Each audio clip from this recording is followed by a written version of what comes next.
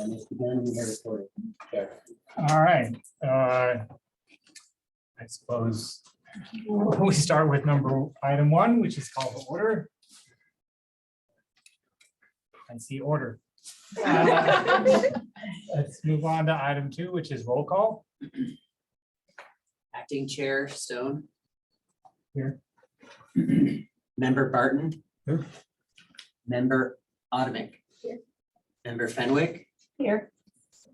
Chair Kuzmal. Absent.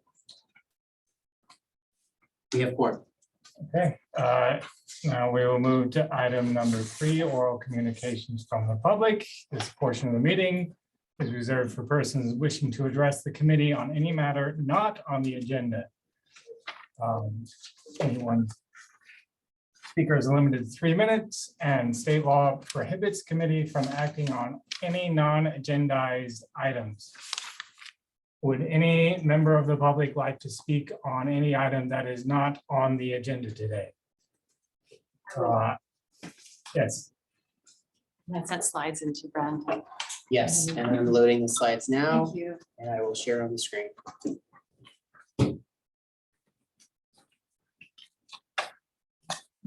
My name's April Webster. I've spoken before. This is a condensed version of some presentation I did at the Cal Bike and SQBC summits last year. I'm on the Caltrans D4 back and the MTC ATWG co-chair. Also involved with the SQBC pack. I wanted to introduce this concept. We're all really familiar with the idea of complete streets, but there is an evolution in what we think of as complete streets. Green has been introduced into it, and this is really the marriage of green infrastructure and complete streets. Move to the next slide. So this is an example of Vancouver, for example, their complete streets principles, and you'll see this in different cities and even at state levels or counties. What I'm focusing on for this meeting is the green infrastructure band. And I bring this up because we're starting to, I know in our active transportation plan, we're introducing green infrastructure, but I wanted to talk to it a little bit. It includes not only street trees and whatnot, that's okay, but it also addresses flooding, stormwater management, drought, which we all know is a serious issue right now. This slide is to illustrate sort of where we are to some extent, where we could go. We don't always have a protected bike lane in the paint, but on the left, you see something that there is some protection. It's still slightly hostile because you are so close to the cars. It's not necessarily as comfortable.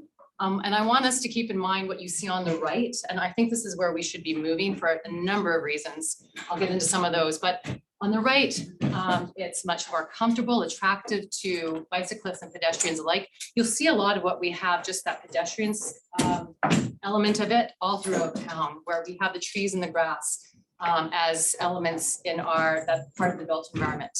You can go to the next slide. So to introduce some of the different types of green infrastructure you can have, obviously trees, there can be grass and other plants. Green planters are an element. You'll see on the right, there's permeable paving. That is just basically gaps between the paving so that the water does not turn into runoff and goes into the ground and it can be processed there. We also have bioswales, which is on the far left. There's much more treatment to the water. You can see some of those in Emeryville and other locations. Okay, 3 seconds. Okay, next slide. Oh, wow. I'm going really slow. Okay. I'll just cover safety then and into the next slide. We all talk about safety, but we look at the traffic posts, but street trees can also be a very viable option. Next slide. I took too much time. These are a lot of examples of what you might see there. You see this all over Canada, the US. And what I want to really focus on is we could do this on California Street. And while the plastic bollards do offer some protection, it's really, oh. Sorry. Yeah, I had a lot more. Sorry about that. Thanks. Maybe you can forward the slides to Brandon. Definitely. Oh, he already has them. Oh. I can forward them to the BPAC member. Number 2. Next time.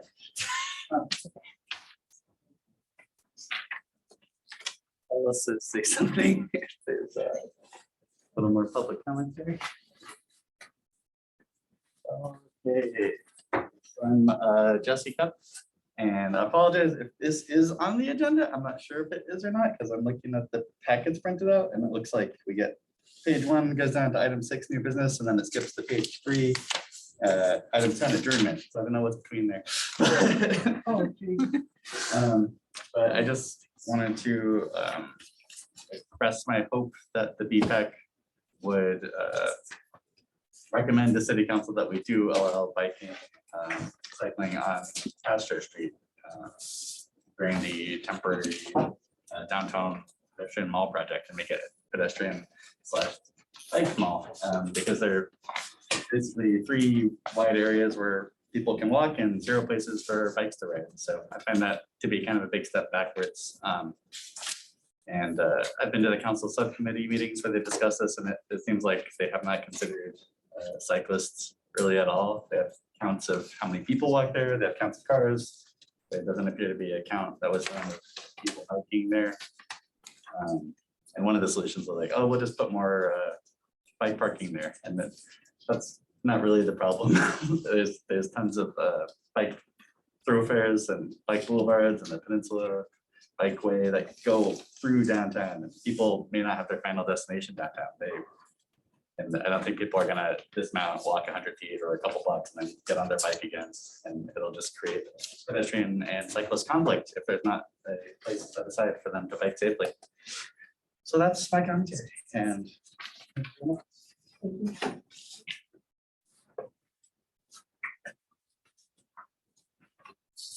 Any other member of the public wish to speak on any items not on the agenda? I would like to speak on something.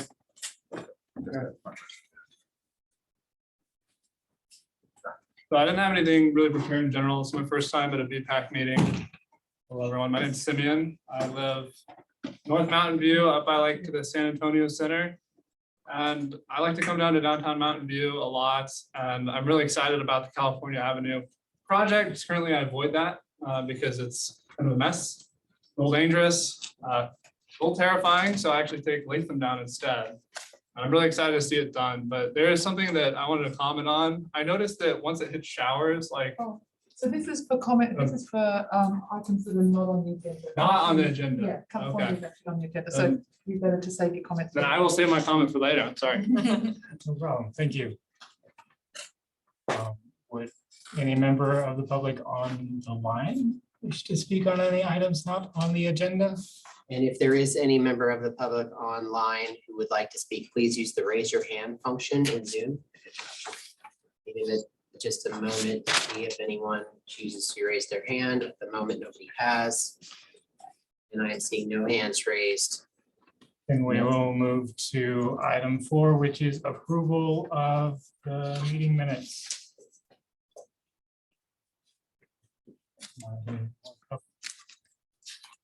Are we open for Um, there?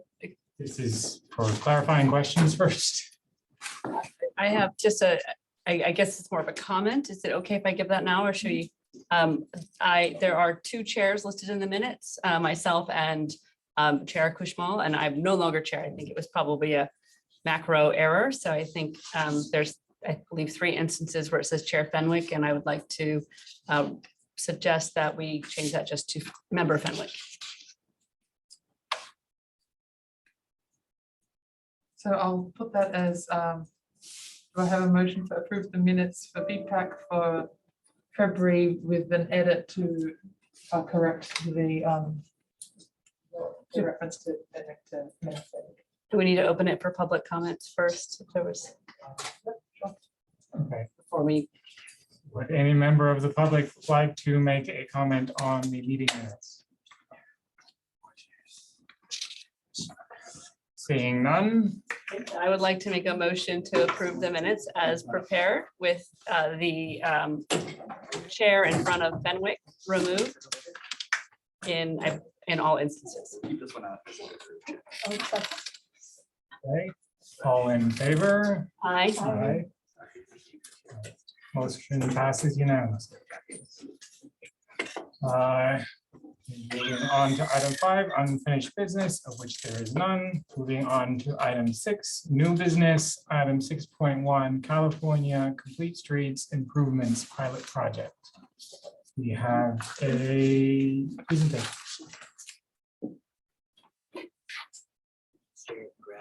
Share the screen.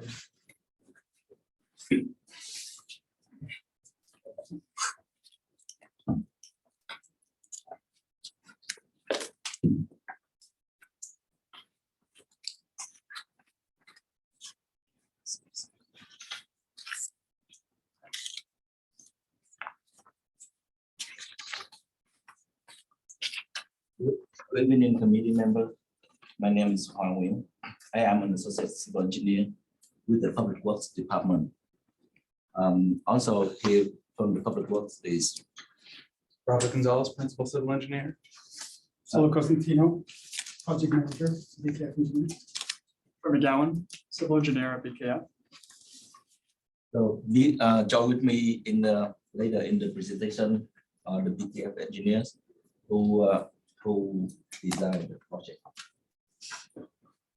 So I'm here today to share the concept drawings and obtain feedback from you for the pilot phase of the California Street Complete Street Improvements.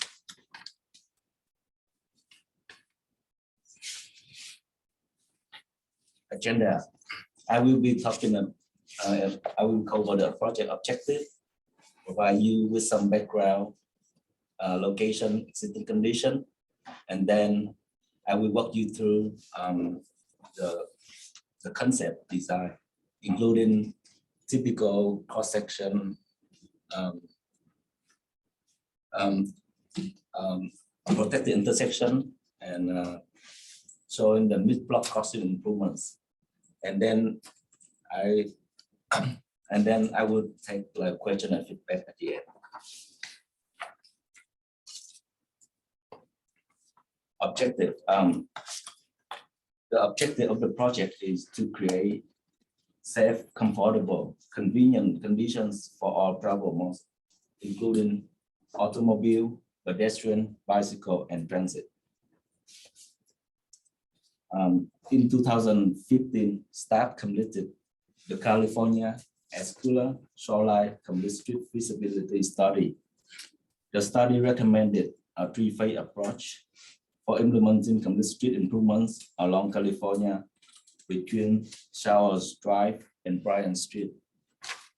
The first phase identified a pilot phase from Showers Drive to Ortega Avenue, created two pavement markings and other temporary improvements, including land reduction road diet, temporary boltouts, protected intersection, mid-block crossing, and two-way left-turn center lane. The final and the third phases will convert temporary boltouts to permanent boltouts with green tree landscaping features at intersection and mid-block crossing locations. Lane reduction will be advanced further from 4 lanes to 2 lanes with limited gaps for left-turn access and landscape median islands. In June 2022, Council directed staff to expand the project limits for the pilot to include Showers Drive to Shoreline Boulevard. In August 2022, staff obtained professional services from BKF engineers to assist with the design. Then I will hand it up to Trent McClellan for the next slide. Thanks for the introduction, and thank you committee members and city officials for having us today. We have here a map showing some context of the project. Founded far north by Central Expressway in El Camino on the south. Project goes from Showers Drive, moving east to Shoreline Boulevard. You'll see a few street names there that we'll be referencing during the presentation. I'm sure most of you are very familiar with these street names. Next slide, please. We also have a couple slides to show some existing conditions of the corridor. The street width and layout does vary throughout the corridor, so we have a few examples that are meant to be representative. Here we have Showers to Ortega, 5-lane section to this direction with the center left turn lane. And you can see the circle with an arrow, which is showing the direction of the point of view that Street View is giving us. Next slide. Another sample from Ortega to Mariposa. You can see we have no center left turn lane. So it's in this direction and shared parking and bike lane on each side. Next slide, please. And our third existing condition slide from Mariposa to Shoreline, where we have a median island that's landscaped. It's a bit narrower of a section, or roadway section, excuse me. Next slide, please. This is a comparison between existing and proposed roadway allocation. First existing on the bottom, proposed on the top. We have an existing sidewalk and planter strip on each side that will remain. We have an 8-foot bike lane on each side with a 2-foot striped buffer that also has different words, delineators, bollards. The last word that I'm forgetting, flexible posts. Thank you. I'm most familiar with delineated. We also have 2 travel lanes for cars, 11 feet wide, and then a 10-foot center left turn lane. Slide, please. Second cross section, or Mariposa to Shoreline Boulevard, has the existing landscape center island and sidewalks on each side. We have a 7-foot bike lane with a 6-foot stripe buffer. And again, 8-foot parking lane on each side with 2 11-foot travel lanes. Next slide, please.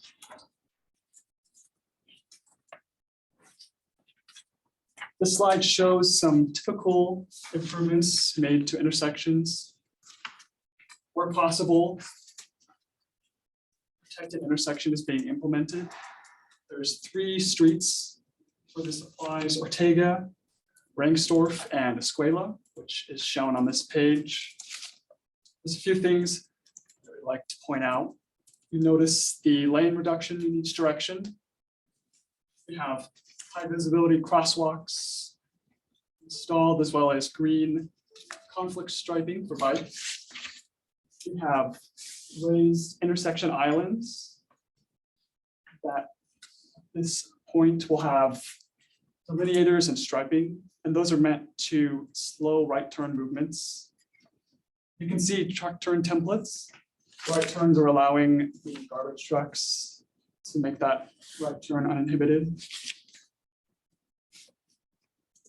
We also have lots of flexible posts. You can see the black dots are shown around parking areas and as buffer between the parked cars and the bikes.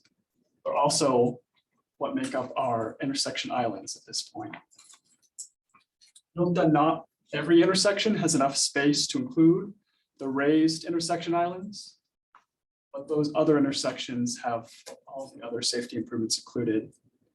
We also have stop bars that are set back to allow for safer pedestrian crossings. You'll notice a photo in the upper left corner that is a little bit small, but is showing an example of the flexible posts or delineators that can be installed. With that, I'll pass it over to Marcelo. Thank you, Trent, and thank you, committee members, for having us here today. Next slide, please. Also, as part of this project, we'll be installing 2 big block crossings, one between Showers and Ortega, and the other between Rangsdorf and Escuela. As part of the crossing, we'll be cutting in the curb cuts at the curbs, the sidewalk areas. We'll also be including raised curb bulb outs and a refuge island, along with new street lights, one for each side with push buttons and RFIDs mounted on poles. Included also are the high visibility crosswalks for safer crossing. Next slide, please. This is an overview that's included in the agenda packet, but also just a quick overview, starting on the far west of the project with Showers Drive. There's 2 protected intersections here shown, one at Showers and one at Ortega. As you can see, the first mid-block crossing there provides much needed access to the Target shopping area. And additionally, you also have the green striping along each of the driveways and bus parking or bus stopping areas. Next slide, please. This is the third protected intersection at Ringstorff. Provides much access and connectivity up to Ringstorff Park and the Mount View Retirement Center. Also, continuation of the parking protected bike lanes and the green striping on the driveways. Bus stops. Slide, please. So this is our second mid-block crossing, just east of Escuela, or west of Escuela, which provides much needed access between this very long stretch, which is approximately a little under 2,000 feet long. So it'll be pretty useful. Next slide, please. Just continue on with a consistent pattern of the driveways as well as the bus stops here. Now on the minor roads where we don't have the protected bike lanes or we cannot accommodate protected bike lanes, as Trent mentioned, we do have green striping across the intersection to increase visibility of cyclists. That's Chiquita and Mariposa Avenue. Next slide, please. These are all now getting to the area where we do have that existing median. So we do have crossings at these minor intersections where we do have that restriping again across the minor intersections. In this area, we still have protected parking with the green striping at the driveways. And then we come to the final easternmost project end where Shoreline Boulevard will be transitioned back to the class 2 just east of that. As you can see there, the black dots, like Trent mentioned, are the delineators. So bicycles will be protected along the border, not only from parking, but from turns at the intersections as well. Next slide, please. Hand it off to Juan. Okay, thank you, Trent and Marcelo, for the presentation. So we're here today to share with you the concept drawing of the pilot improvement on California, and we would like to obtain any feedback. That's conclude our presentation. Thank you. And we will have committee clarifying questions before moving on to public comment. Yes. I was wondering whether vehicles such as delivery trucks and mail trucks and I don't know who else, are they expected to be accommodated in the parking spaces, or will there be a different spot for them to stop? You remember for the questions, I would like to pass it to Marcelo. Sure, yes, there will be. So in our case, we're trying to perpetuate whatever's existing condition, onto the parking area as much as possible. So for right now, we do have accommodated parking stalls, but we will be looking at areas where there's also parking for large trucks, buildings and. Thanks. I could add just for clarification, the drawings show the markings on the ground that identify parking spaces, but those won't be part of the design. So the parking spaces won't be delineated between like a 1 and 2.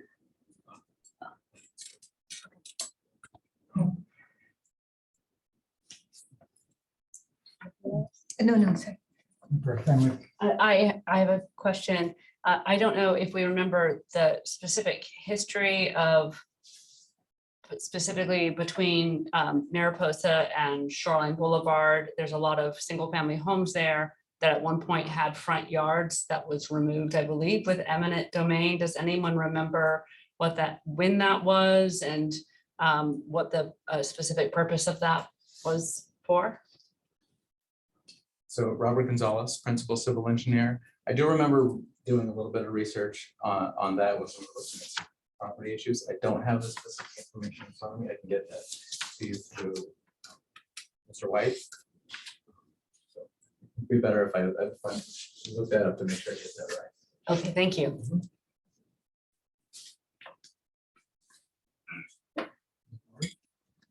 So my question is on the longer term development plans along Castro. Were there any considerations of locating of the crosswalks for potential paseos or other future developments that may occur with the aging apartment buildings likely to begin a redevelopment cycle sometime? Thank you, Member Patton, for the question.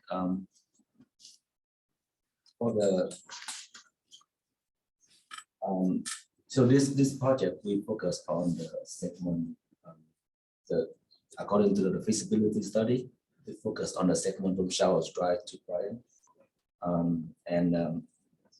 From Shoreline to Bryan, we did not include it in the project because it recently improved.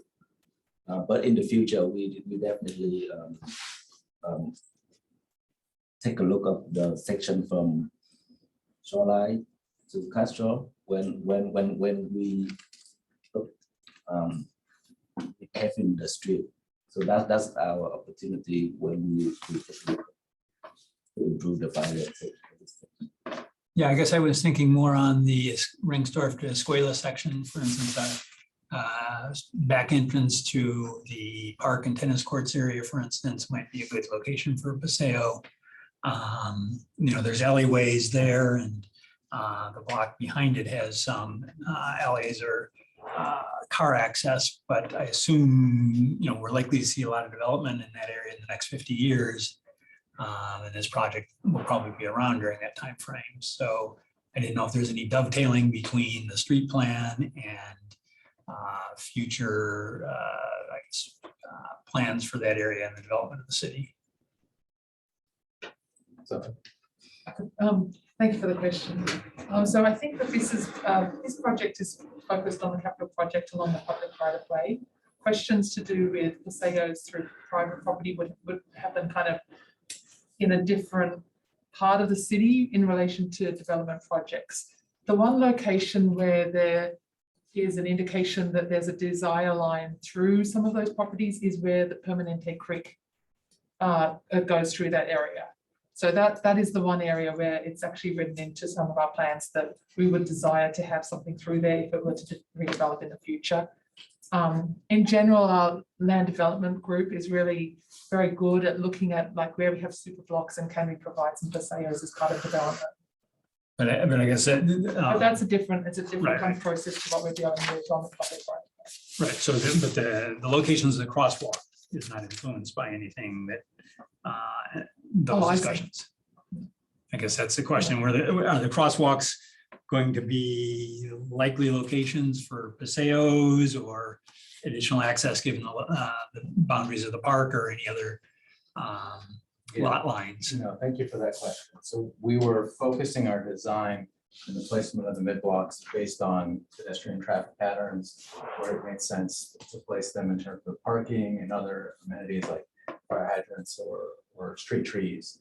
So we were not focusing specifically on the paseo as a future amenity. We were looking at some of the site restraints that are existing now. But we can certainly look into this. I would emphasize that this is the pilot phase, and so there's going to be evaluation at the end of this, and then a permanent design. And I think we can take that in as a factor. Yeah, because I mean, infrastructure lasts a long time. So I guess I'd like to think ahead as far as possible and given the likely redevelopment, to consider options there.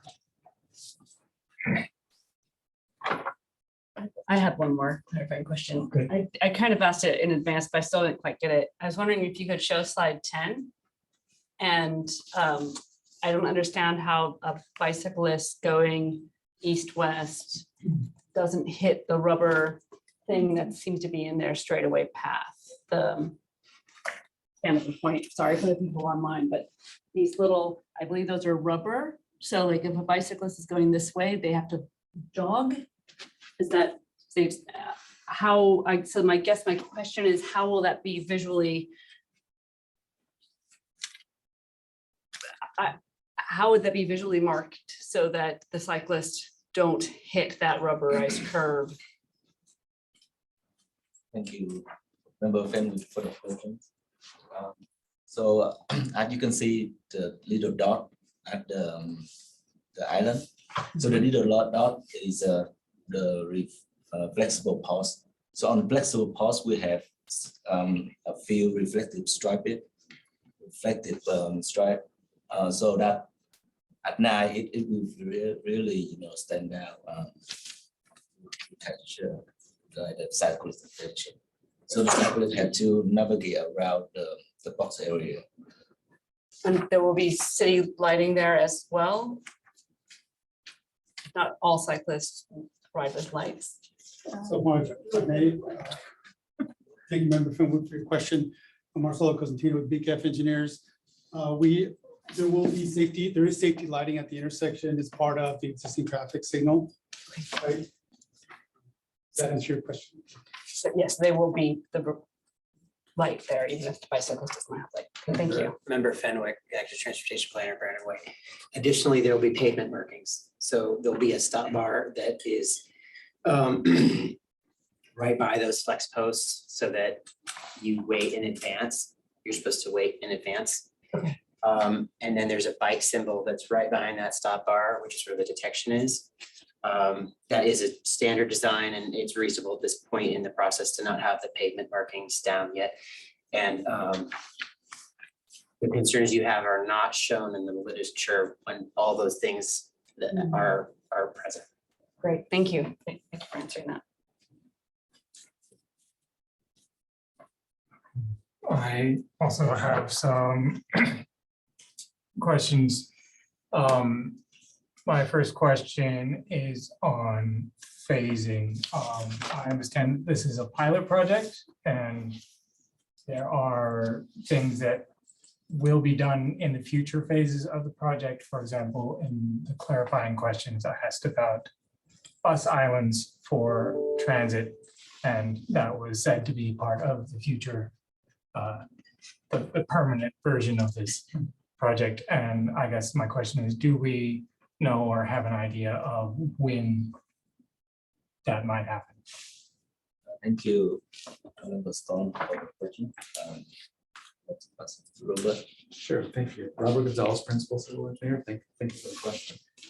So the pilot phase of this will continue through design, and we're hoping to begin implementation of this at the end of this year.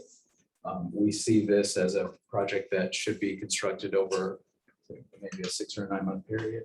And then there will be an evaluation phase at that point. So we expect that we need 6 to 12 months to evaluate, to really look at and collect enough data to see which of these elements are successful and which ones we want to tweak. BKF Engineers is already under contract for the final design phase, so they'll be involved with us through that phase. We'll be able to give them the data and the feedback from the evaluation phase and go right into design. So I'm looking at this as kind of seamless once we get through that evaluation phase, is to move into the final design phase. Thank you. And my other question was about the mid-block crossings. It seems like the section from Rankstorf to Ortega is a very long section, which does not include any mid-block crossings. And I understand there were some concerns about right of way, or could you speak to why that the choice was made not to put one there? Let me. And so from Ortega to Rankstorf.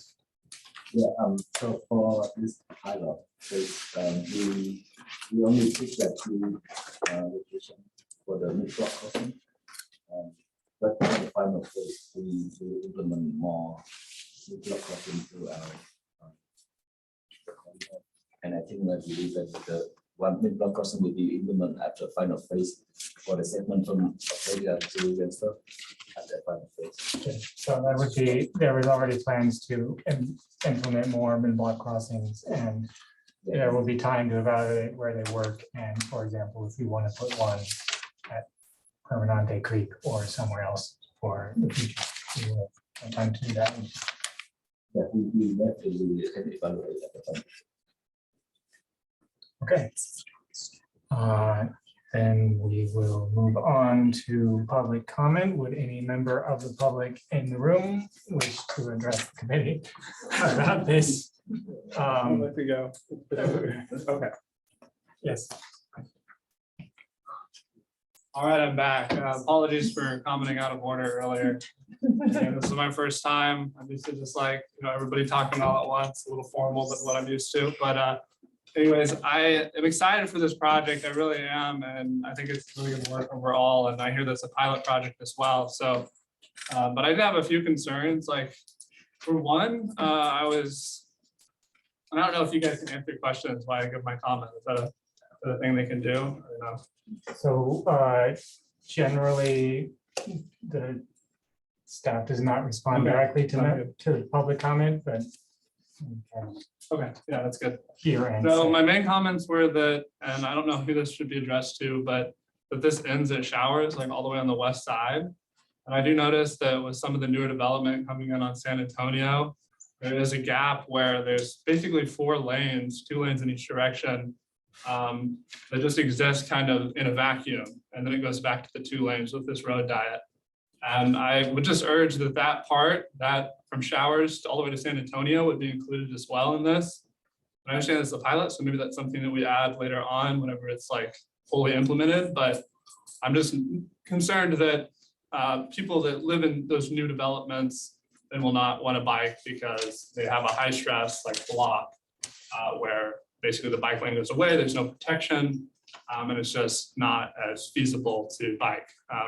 And then also comment on the intersection at a Shoreline in California. I know this is on the east side of the project, and I noticed on both the east and the west side, it starts to blend in back how it is, the status quo. But I feel like that's the most dangerous intersection. It's like the biggest road that people have to cross, and there's no striping or anything, or any bulb outs or any protected like intersection there. And I would really like to see that there would be bulb outs on the corners there and a little refuge for the cyclists, and then striping all the way across Shoreline as well, so that it's clear to people that are going down Shoreline that this is a high bicycle boulevard, that people are going down this, and to be watching out for cyclists. So that concludes my comments. Hopefully with enough time. Thank you.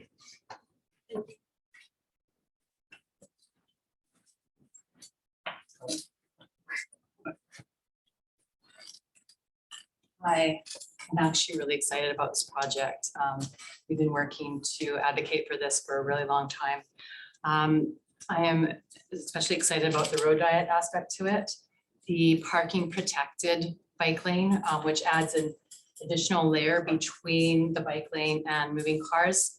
I don't know if anyone's faced down a 4,000-pound car or have been rear-ended, but the flexible posts really don't do a whole lot to slow someone down. I was rear-ended by a car, 35 miles per hour, was standing still.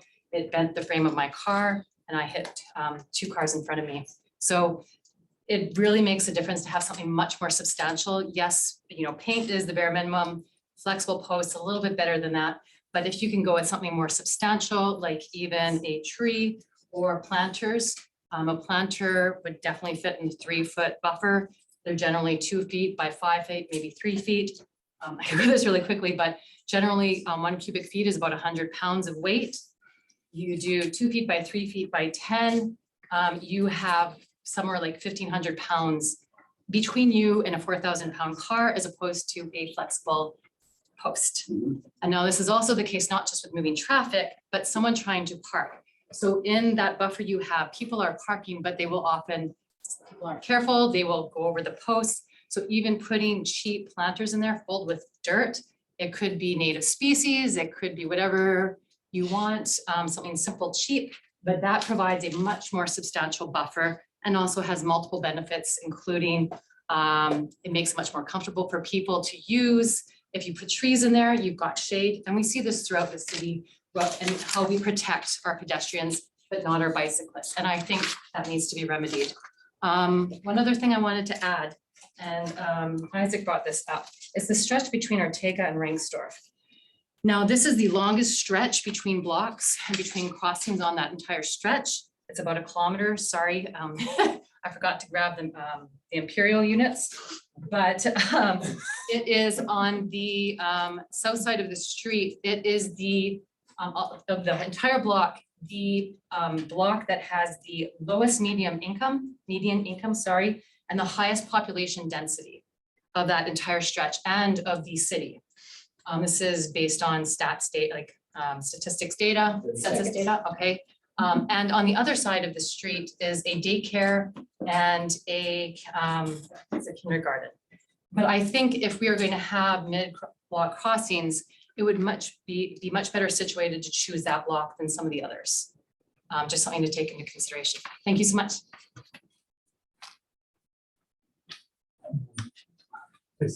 If you could state your name when you're giving public comments, so we can add Sorry. to the notes, it would be appreciated. It is not required.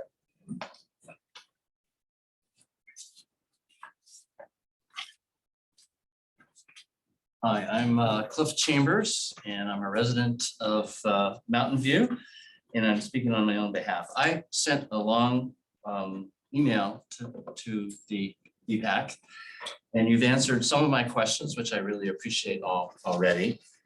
About a year ago, I was advocating for the city council to extend this project from the 1 block version to this full corridor. And I am so thrilled to see the designs that you've come through with. I actually went out on my bike and walked and rode for about 2 hours the other day with the plans in front of me. And I really appreciate the detail that you've put into this. The sight lines are excellent. I really appreciate the details and the protected intersections. The details all around are quite good, and I'm really, really happy with it. And I think the staff and the consultants have done an exemplary job here. There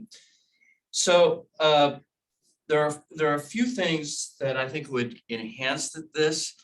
That you say the cube markers for the flexible posts. I don't know if you've been to kind of the Winchester Complete Street in Los Gatos. They have these really these K71 bollards that are really, really visible. For a pilot project, I'd really like to see a more visible flexible post if possible, and if it's affordable. That would be a real improvement. I'll add my vote for considering at least having one of the mid-block crossings between Ortega and Rangsdorf. I think that's an area where it should be. If you can't add a third, I'd replace one of the others. I know this is a pilot project, and you really can't have any real kind of Green Street components that will be in the next phase. But I'd like to see if there's some way to at least start the process. And I was thinking you could actually have like there's plenty of areas where you could put planters in some of the striping surrounded by bollards. And you could literally have an adopt a planter type of a program where you could start to have some kind of greenery in it. And I think that would be something to really consider. And finally, I do have concerns with some of the bus stop locations and the configurations when I went out there, and particularly at the slip lane on Showers Drive, where the bus stop is located. And I really rode that, trying to get back into where the protected bike lane would be. Okay. That's why I wrote this longer letter. Thank you.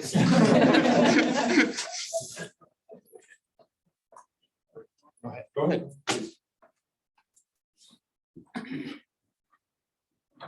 Hi, my name is Chris Perry. I live in Mountain View on Franklin Avenue. I am also really excited about this project. On a macro level, Mountain View really struggles today with east-west routes that are available for riders, cyclists of all ages and all abilities. I think that's an area where we fall short. I think this is a good initial step forward in addressing that issue. And so I'm really excited, and I wanted to thank the city staff and engineers for all the work we put into this project. I had two comments that I'm really just echoing prior comments. One on the flex post issue. I've noticed from the area around Graham that a lot of those flex posts have got ripped off and dangling to the side, whereas the rubberized dividers have been more durable. And the other thing I would notice is there are a fair number of people in the city in all classes, riders, drivers, bikes, pedestrians, who just blatantly ignore the traffic rules for convenience. So I can imagine with if it's only a flex post, someone on a day has an oversized vehicle they're trying to put in that, they will park into the bike lane, like a moving truck or delivery vehicle. So I know that this is the pilot phase, and perhaps the permanent phase, something more durable and secure would be installed. But at least on the pilot phase, I would encourage folks to think about the rubberized dividers over at Graham as a solution that would be both more durable and prevent people from actually parking in the bike lane. Or at minimum, try doing it both ways. You have some parking spots with the flex posts and some with rubberized dividers, then you collect data on both. And then my only other comment was, at some point down the road, I understand this is a pilot project. Sure would be nice to extend it all the way to San Antonio, and probably further east the other way past Shoreline. Thank you.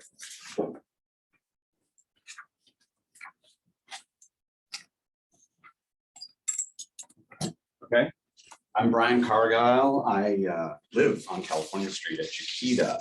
I worked for HP for 30 years where I commuted by bicycle on 3 continents, Singapore, France, and here. Can you go to slide 6, 7? Is that allowed? Yes. So if you look at slide 6, this is heading towards the high rent district. Now let's look at slide 7.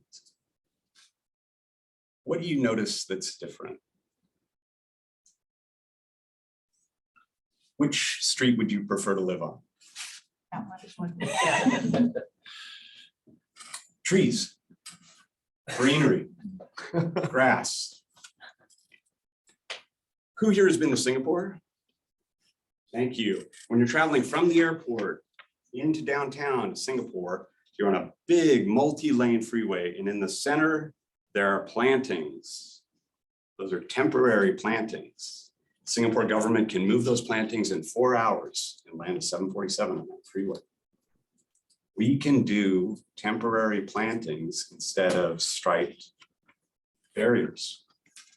It won't be that much more expensive than putting lines on the ground or plastic ballards. And it can look great. This is the Peninsula Bikeway. We can make it a gem right from the start without an increase in project time, without a big increase in budget. I'm very happy about this project. Thank you.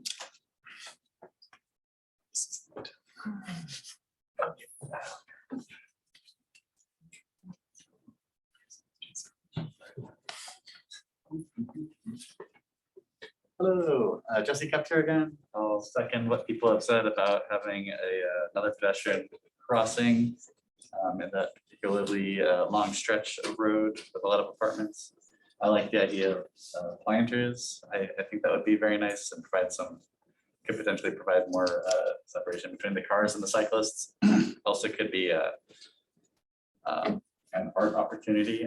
I believe at the meeting where the city council voted to have this pilot project go from, instead of just like a very short phase 1 to do the whole phase 2 right off the bat, that they also asked for this project to include a public art aspect. So And then you can reply to me, but I would like staff to make sure that is the case. And it's probably too early in the project to discuss that, but there's good opportunities at some of those pedestrian crossings or protected intersections. I agree with what some people have said about the rubberized barriers being potentially better than flex posts. Or maybe even having those alternate or something so that you have the visibility of the flex post and the protection of the rubber bumper. But overall, this is a really great project. I'm looking forward to it. I do have an issue that I don't know if that showed up in your studies beforehand. It's I ride on this stretch of road every day to work, and I'm constantly plagued by those moving trucks, landscaping companies who just park in the bike lane and dump all their tree branches in the bike lane and put up the cones. Uber, Lyft, DoorDash, UPS, FedEx, Amazon, everyone just uses the bike lane like their personal parking spot, or rather for their company's parking spot so that they can profit instead of finding a real parking spot. So I really hope that this is the way it's designed makes it physically impossible to do that, to park in the bike lane, because otherwise it'll just keep happening. And I also notice rarely, but sometimes people put their recycling and their trash bins out in the bike lane. And I'm trying to get to work here and have to veer out to the left into the traffic. So I don't know if that's being considered, or where people can put out their trash, and hopefully there's a spot for that as well. That is not the bike lane. And I know there's a lot of 30 people here, seconds. so I will be wrapping up now. Thank you, Brandon.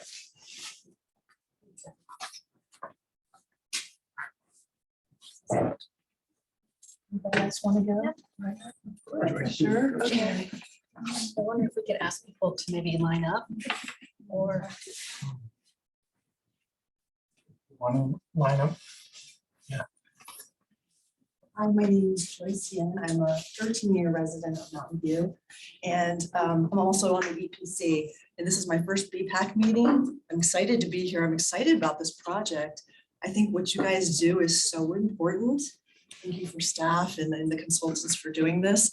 I am going to be very brief. I'm all for the mid-block crossings, anything to increase connectivity through the city, the porosity through the city for vehicles and modes of transportation outside of cars.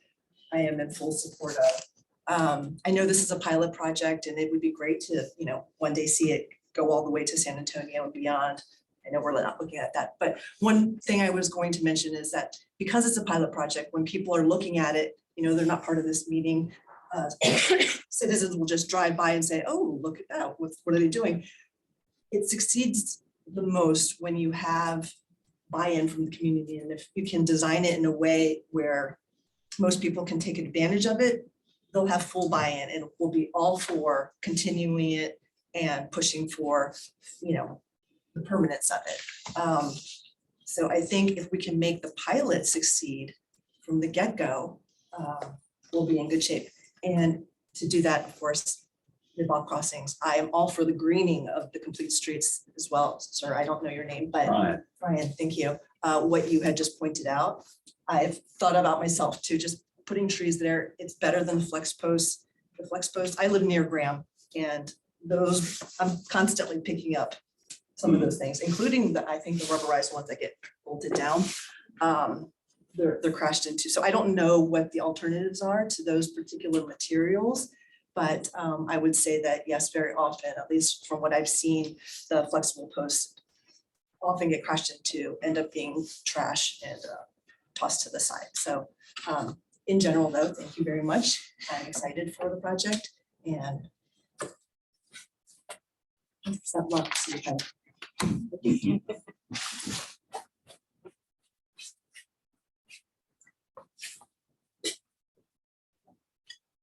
All right, great. My name is Peter. This is the first PPAC meeting I've been to.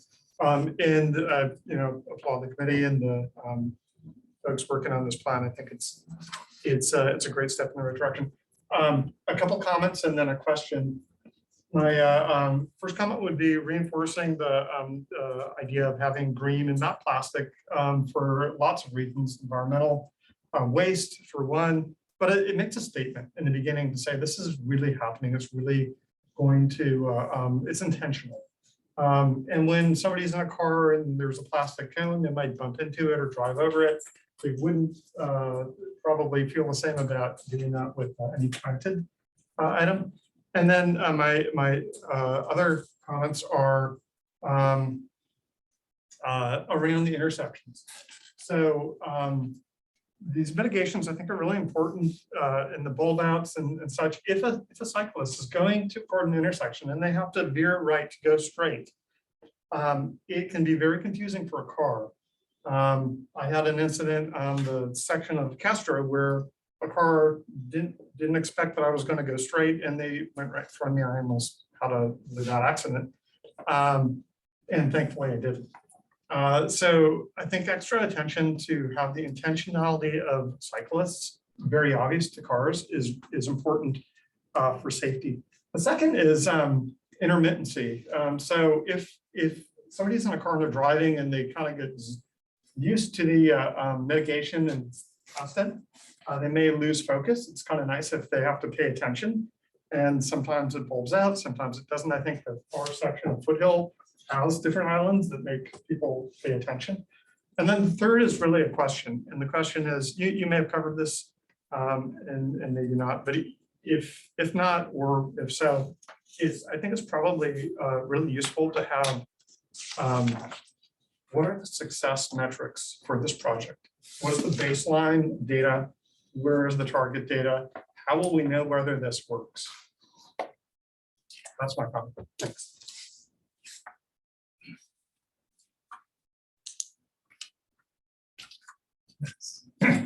Any other member of the public? Yes.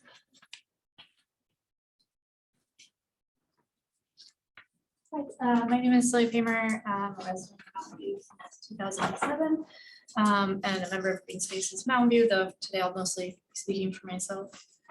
Really excited, as everyone said, excited for this project. I think it's going to be something that we can use to show how we can improve streets all around the city with traffic reductions and street diet. So we'll talk about that later today too, hopefully. But a couple things to consider with the school going in at the corner of Showers and California. Was that intersection designed for kinder to fifth graders to cross on their own? Because currently right now it doesn't look like it's designed for kindergartners to cross the street there. So maybe some more protection on that crossing would be good. If I don't know if we can go to the slide with the Showers and the oversight where the bus is gonna stop in the middle of the bike lane or spikes into the road. This one. So the bike, oh no, go back one. The bike stopping, it looks like would be in the bike lane pretty much with that hatching. So where are the bikes gonna go? Do they have to stop behind the bus and breathe in exhaust until the bus goes again? Or do they just go into the middle of the driving lane? In which case, what's the point of a protected bike lane? So it seems like the buses need to stop not in the bike lane. And so how do we give a landing for pedestrians getting off the bus and have a safe crossing that indicates to bikes they do need to slow down, but hopefully don't have to stop in the exhaust zone. And then with the bulb outs, as people mentioned, if they could be moved further out so bikes can go straight. I'm not so worried about visibility as bikes are legally required to have headlights just like cars are. But I do agree that with the visibility and then the timing for lights as a bicyclist, if you're gonna have to slam on your brakes before the light, it's really hard to decide if you're going through the green light or you need to stop, especially not, timing a yellow light on a bike is already much harder than a car. And so being able to see whether you're gonna be able to go is kind of important. And then I again support the crossing between Ortega and Rengstorff. I had a friend who lived right there and it's so dense, and because I didn't feel comfortable biking here before, but now hopefully we would drive and people would park on both sides. So even if it's not like, if it's car centered, you still need a crossing there because people park on both sides of that road and they need to get across at that high density area.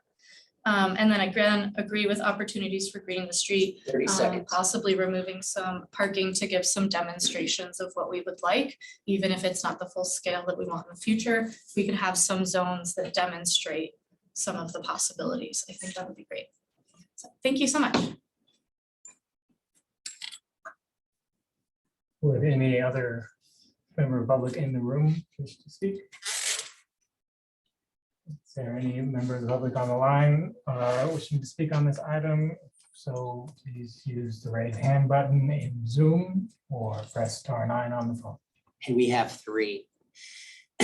Mary D, I'm going to click to allow you to talk. Please unmute yourself and you have 3 minutes.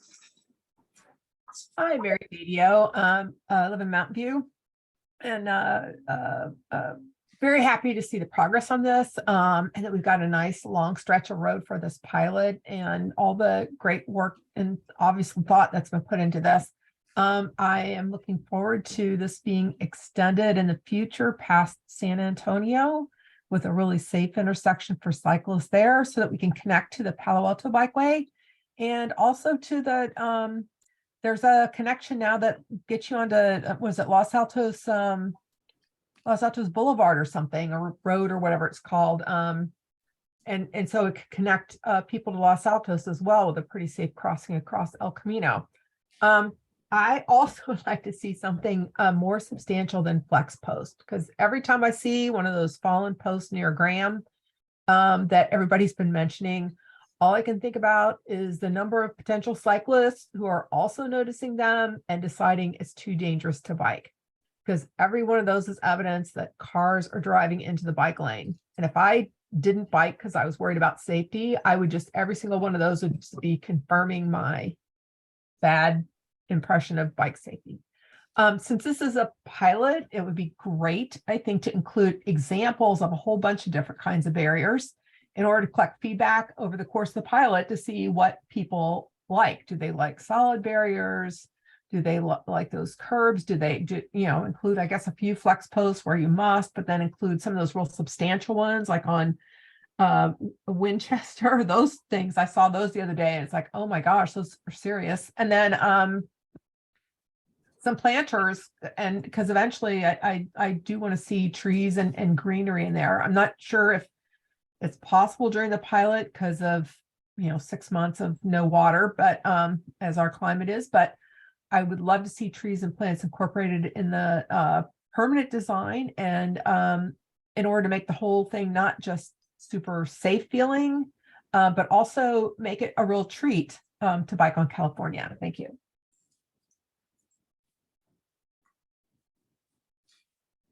Bruce England, I'm going to click to allow you to talk. Please unmute yourself and you have 3 minutes. Thank you, Brandon. You hear me okay? Yes. Thank you. Bruce England, Wisman Station Drive, a member of SVBC Mountain View team, Mountain View Coalition for Sustainable Planning and Green Spaces Mountain View. Sorry I couldn't be there in person. I got a bad cold, but I also wanted to experience the system with hybrid meetings. It's working really great. So whoever's there for IT, kudos to you and everybody who's making this work tonight. It's just really operating very smoothly, I think. Now, on the project, I echo everything that everybody has said. I really love the comments here. Looking forward to BPAC feedback too. Support all of the steps that can be taken to put greenery and landscaping in place of artificial types of things, posts and so on, and concrete. It's really green this up, green complete streets, that whole thing. And I also wanted to echo Jesse's comment about vehicles parking in the bike lanes. No matter what we do in terms of improving the infrastructure, if driver behavior is such that it's okay to put your car in a bike lane or in those rights of way, or putting their garbage toters in there, that's just not good. And I have personally done Ask Mountain View tickets for this kind of thing, in particular the garbage toters, and they've just gone nowhere. I guess tags are left for the customers, they don't do anything, and that's the end of the story. So that's very unfortunate. I don't know what can be done, but I did want to echo Jesse's comment on that. Thank you. Holger Eisenberg, I'm going to click to allow you to talk. Please unmute yourself and you'll have 3 minutes. Hello, I'm Holger Eisenberg, a local cyclist here. I have 2 questions about the large protected intersections. Are the corner safety islands designed in a way to not unnecessarily disturb cyclists who are continuing straight along the street? because some might consider to turn left then even if the curve is if the curve is too narrow going to the right, then when they want to continue straight. And some who follow the correct instructions might be then in conflict with cars who consider those as turning right instead of going straight, like someone else mentioned already a few minutes ago. And about the pilot phase, I see that the large curb radius is kept, of course, during the pilot phase, because you cannot change that. But how to prevent cars driving then between the corner protection island and the curb? That is might be a strange question, but I have seen cars here in the area turning through pedestrian walk islands on El Camino or on Castro Street even, Castro Street, California crossing. Thank you, that's all. Acting Chair Stone, we have no more public comment online. We will move to committee comments. Committee members like to make a comment about the item. Yeah, I'll start. I'm Valerie, for the recording. I have a few comments. First of all, thank you so much, everybody, for this. This is huge. This whole project was instigated from the death of a resident, a very well-loved resident, William Ware, who was waiting at a bus stop and with excessive speeds on this stretch. And I did that walk around in 2015 with the, I can't remember what group it was that did that, but we could really, being out there, you can really see the dangers of walking around there. I don't live there, but I know during that walk, they did talk about the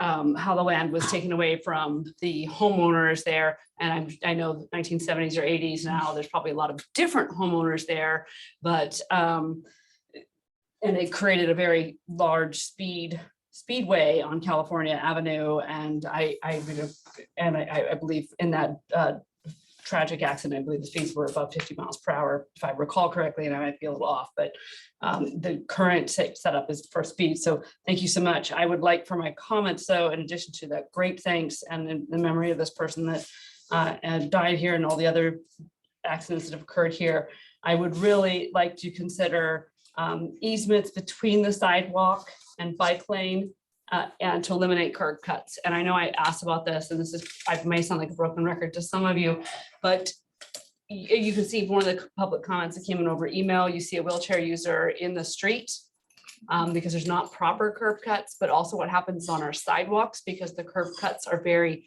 steep at the driveways.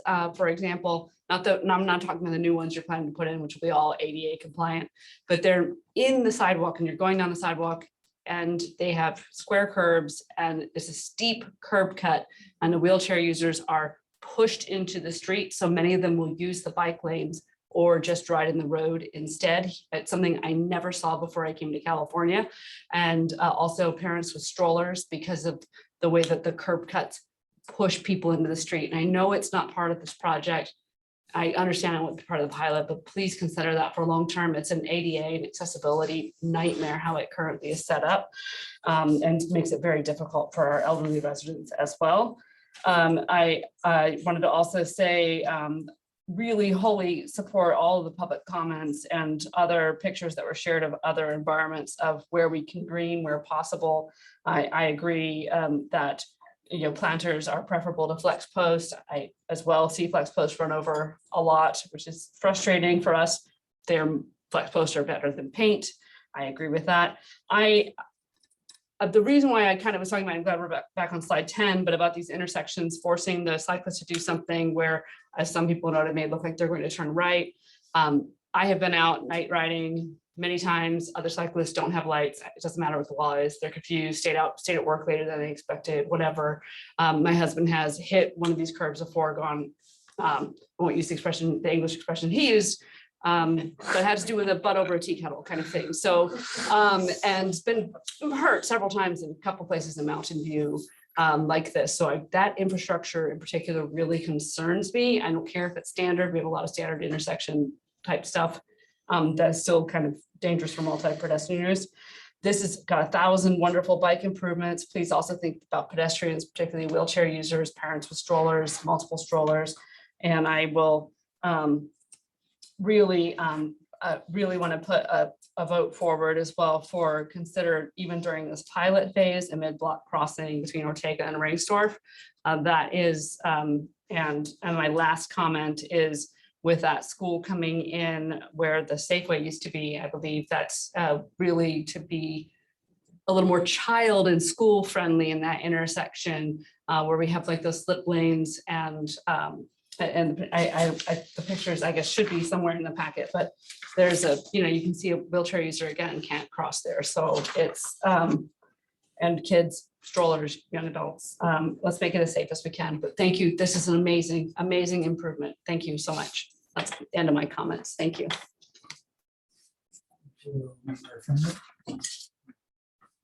Or do you want to go to? Right on. Oh, all right. Yeah, so I'm really excited about this project. I'm excited that so many members of the public are also excited about this project. I don't disagree with any of the suggestions that have been made. So maybe I'll just, overall, I've been looking forward to this for years. In fact, for many years, I thought it was coming. I didn't realize that actually it hadn't been planned until recently. But now I'm just as excited as I always was. So I am concerned about the delivery vehicles. When I bike on California, they're always in the bike lane. And one thing is to say we're going to keep them out. Another is to try to accommodate them, because I don't know how the success of the project will be kind of measured. But if we can't accommodate them, I don't know, maybe there's something like shorter time period parking that these vehicles could use. Otherwise, I worry. Also, I don't know, once I saw like the Mountain View shuttle just sitting there for a long time, and just as I was getting my phone out, it scooted off. I think now that it will be even more exactly in the bike lane, it would be good to remind them to not stay there, even if it's a schedule thing. I am curious about how the pilot phase will be evaluated. I would feel terrible if, like, at the end of this, it's somehow failed and we went into it not knowing what the evaluation is. I think here we see that there are lots of people who would be happy to give feedback. It's not clear to me whether they will be asked or what we're going to be doing is like counting vehicles and bikes, and that's going to be the evaluation. So I think, designing and putting it in is very important, but I think also it might be nice, I don't know whether the VPAC could be involved or not, to have like an evaluation that really includes the community. And so my two closest calls have actually been on California Street at Chiquita, of all the intersections. So once I almost got right hooked by a cement truck, and I heard it, and so I think I even kind of instinctively slowed down. I still had to brake pretty hard in order not to run into it, as it was just making a very fast right turn. The other time was last Friday. I was coming back from the San Antonio shopping center, and I was just going straight on California, and there was a car, actually was stopped. There was another car. So that car was going towards San Antonio. There was another car waiting to turn left the other way onto Chiquita. And this car, from being stopped, like turned right as I was going straight on California. And again, like I saw the car and I slowed down and I braked. And I just had the sense that this car was not at all aware of me. They were like looking for oncoming cars. And I'd like to think that putting the green stripes would somehow make the cars pay more attention, or once there are more bikes, drivers will be more looking out for bikes. But I think it's really a speed issue.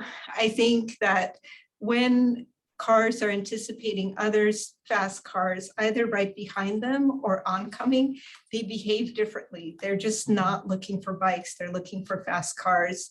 And so, I don't know, I guess in the questions, it was like, as part of the pilot, we can't consider speed reduction, but I'm a little concerned about getting a whole bunch more, I guess, yeah, bikes on there. And I think that that intersection is going to be pretty similar, and probably some of the other ones are too.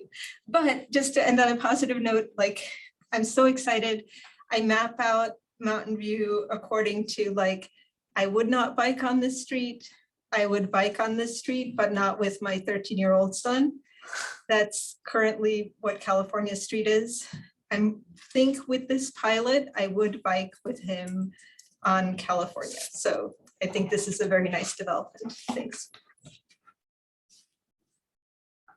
Thank you. I'll be quick. So this has been a long time coming, even for the, wasn't an accident, even for the collision that killed the gentleman in 2015.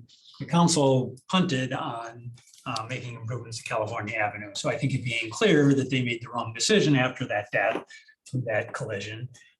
So I'm very thankful to finally see this coming this way. It was a mistake in the design. I'd like to make sure we, where possible, identify the metrics we're going to use and get good at using those for all projects going forward, or some framework. I know we don't have bike counts in California Avenue to any extent, but whatever we're going to do, we should try to be clear about that. Some things take a long time to change, and but at least we should have some plan to collect and improve a metrics framework going forward on lots of different projects, not just this one. I am very concerned. I expect that at some point the pork chop island or slip lanes and free right turns on showers will be removed. Again, thinking long term, and it's not that long until the school is likely to be open there. We'll have to address that, even if it's not part of the pilot. The flex posts have been piloted. We all heard how they were piloted on Graham. We don't need to pilot flex posts, so I use other alternatives to see if we can get something better than flex posts, whether it's the spring-loaded ones that make a lot of noise when they run over and pop back up, whether it's the green planters. We should try a variety of other mechanisms given the pilot phase. I would really like to see whether it's movable planters or some form of green planting be piloted extensively in this. And I think the delivery vehicles, maybe it's just a sign say use the center lane. I believe they're entitled to stop in traffic to make their package deliveries. Just remind them that it should be the center lane, not the bike lane or one of the other through lanes. So if we don't have designated pullout slots for them painted purple or whatever color is good for delivery vehicles, we should be clear that it's not the bike lane and it's not the through lane. It should be the center lane. And in many urban areas, that's a common practice. Maybe even planners to designate those slots when there's not a left turn type of movement needed there. So those are my comments. Thank you. Thank you, Member Barton. I'm wondering, we've had a couple questions about what the evaluation will be for this project. Would it be possible to speak very quickly about that? Like, how will this project be evaluated? What are the metrics? Robert Gonzalez, principal civil engineer, so I can start that conversation. So we have had some initial conversations about that.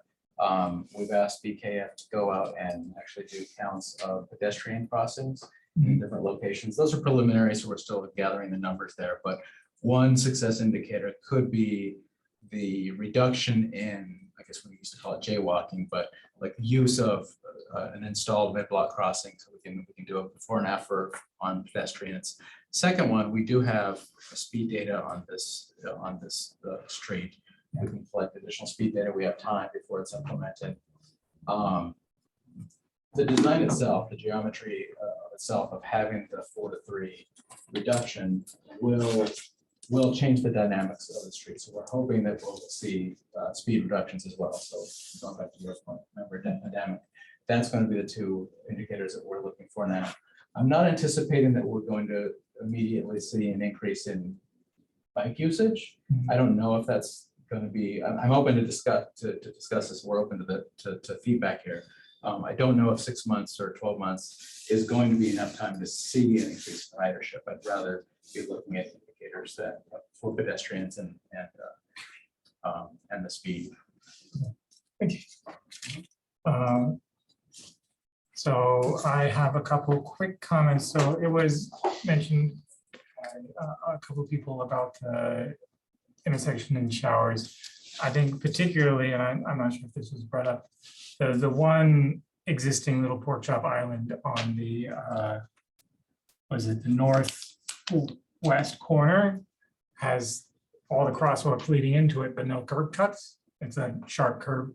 So if, when you're out there making the little curb cuts for the mid-block crossing, you could take your little, get you guys over and make some curb cuts there. I think that would be a very nice, small additional thing you could do.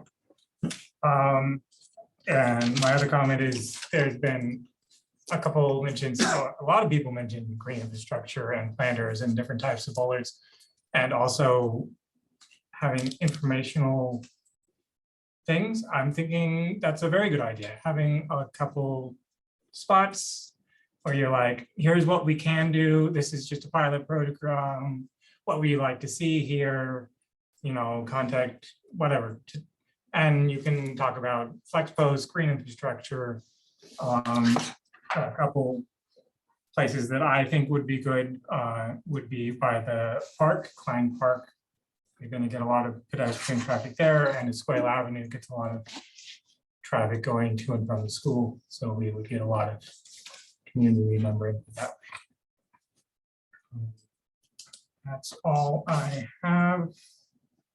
And we don't need any motion, so We could make one if there was, I did hear a pretty strong sentiment for no flex post where possible, or please consider something else besides flex post. Would you like to make a motion? Well, first I'd like to actually clarify one of my comments. Okay. But I'm talking about curb cuts, just because you mentioned curb cuts. I'm not talking about the nice ADA smooth ones. I'm talking about the ones that when you're walking along the sidewalk and then there's a driveway, but you don't really see that because you're looking where you're walking, and then you go down to usually like your left, or your left, your outside leg goes down. And they aren't ADA, they're just for driveway, they're for cars. So it's different than what you're talking about. I just want to clarify the type of curb cut I was specifying about. But I would like to move, if there's other interest, that is even part of this pilot where feasible, we consider other infrastructure besides flexible posts for demarcating these bike lanes. That would be a motion for this current pilot project. Pilot project. Use the flex post, but consider a different. Okay. Do you need a motion for that, Robert? A motion has been made. I guess. The language, do not use or consider using something else. The language was consider wherever possible to use something less flexible than flex posts in the pilot. I would just like clarification. I'm not sure how broad the definition of flex post is. I've seen various makes and models, as it were. I think we're concerned the ones in Graham are not a suitable make and model.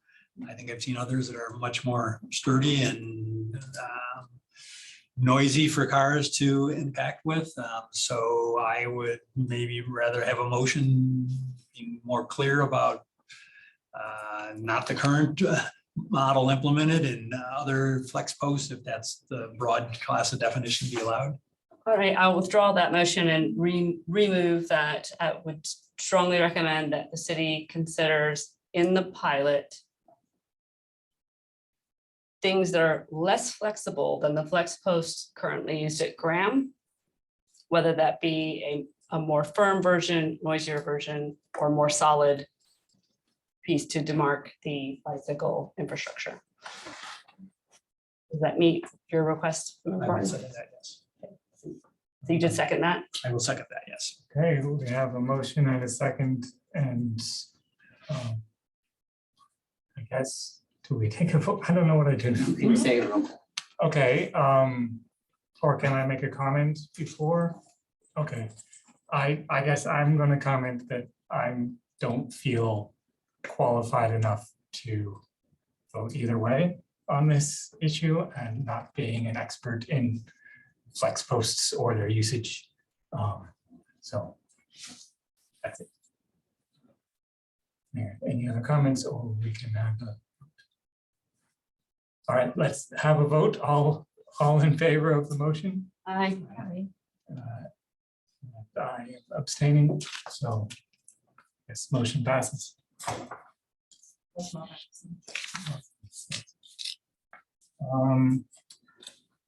Then that concludes item 6.1. And we will move on to item 6.2, Miramonte Avenue improvements. We will need just about 2 minutes, so our next speaker can take you.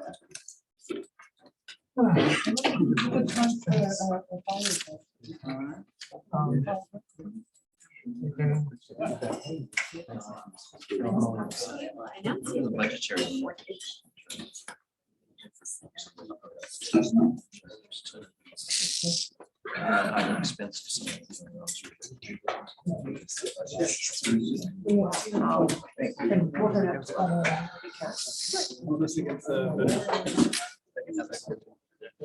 Figured. Not just with this project, but all the other projects. So.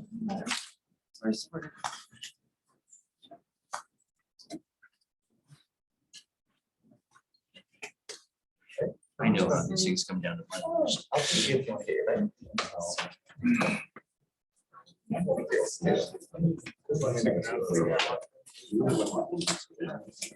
That's why I was.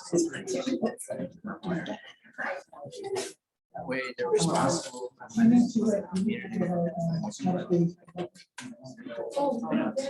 Fail.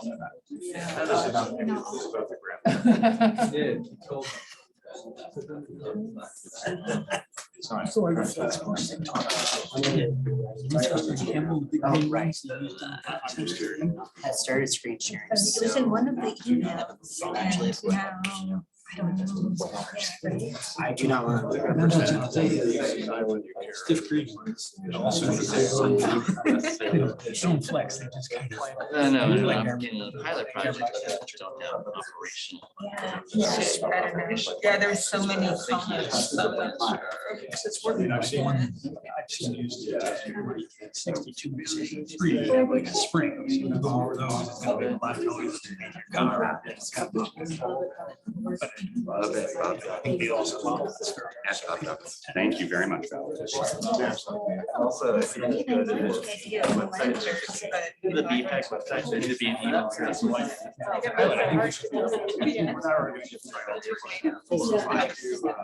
want to see it succeed.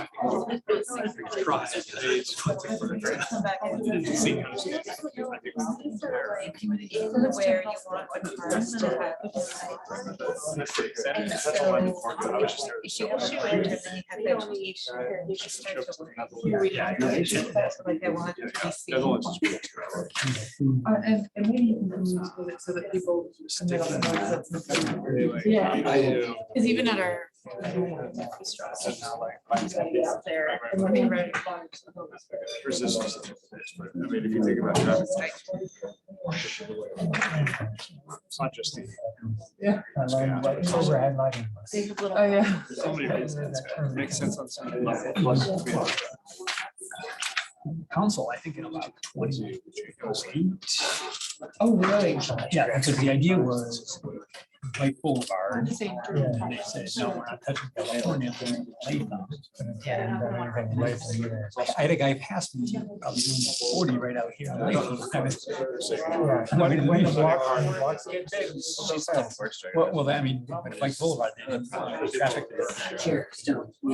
Okay. All right.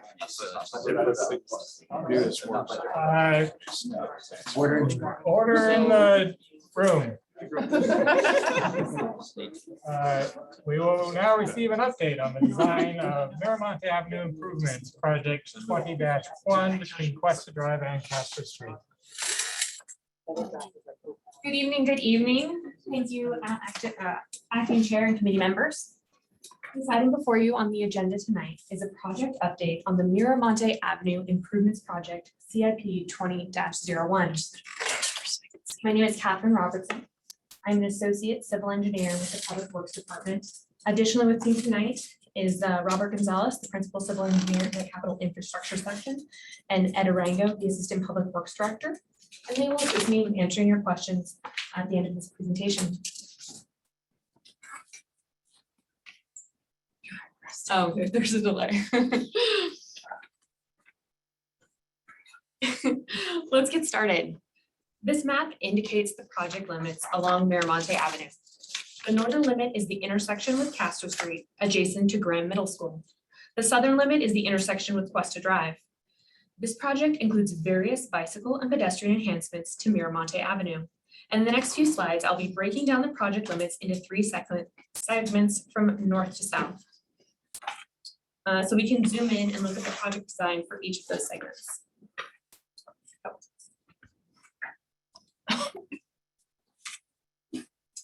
First, a little background about Miramonte Avenue and the timeline for this project thus far. Miramonte Avenue was originally constructed in 1970 and has had various roadway rehabilitations in the past, with the most recent being an asphalt overlay back in 2007. In 2019, the Miramonte Avenue Improvements Project was approved by council under the Capital Improvements Program. In 2020, our in-house design staff created plans that were nearly complete, at which point it was determined that construction needed to be delayed to allow the Miramonte water and sewer main replacement project to be constructed first. The city aims to sequence underground work before roadway work because otherwise you disturb a newly refinished street. This project sequencing provided an opportunity to modify the original project scope for further pedestrian and bicycle safety enhancements. Therefore, in 2022, city staff issued an RFP, and through that competitive proposal process, Belici and Associates was selected to complete the additional design scope. This brings us to 2023, and the design is being finalized for construction. The project scope includes the following: pavement resurfacing from Castro Street to Cuesta Drive. This resurfacing includes milling down the existing roadway and replacing it with fresh asphalt for a clean, brand new surface. To accompany the new asphalt surface, there will be a new road diet striping layout. I will go over the details of the layout in the next couple of slides when I break down the project into segments. This project also includes enhancements to the existing crosswalk at Hans Avenue.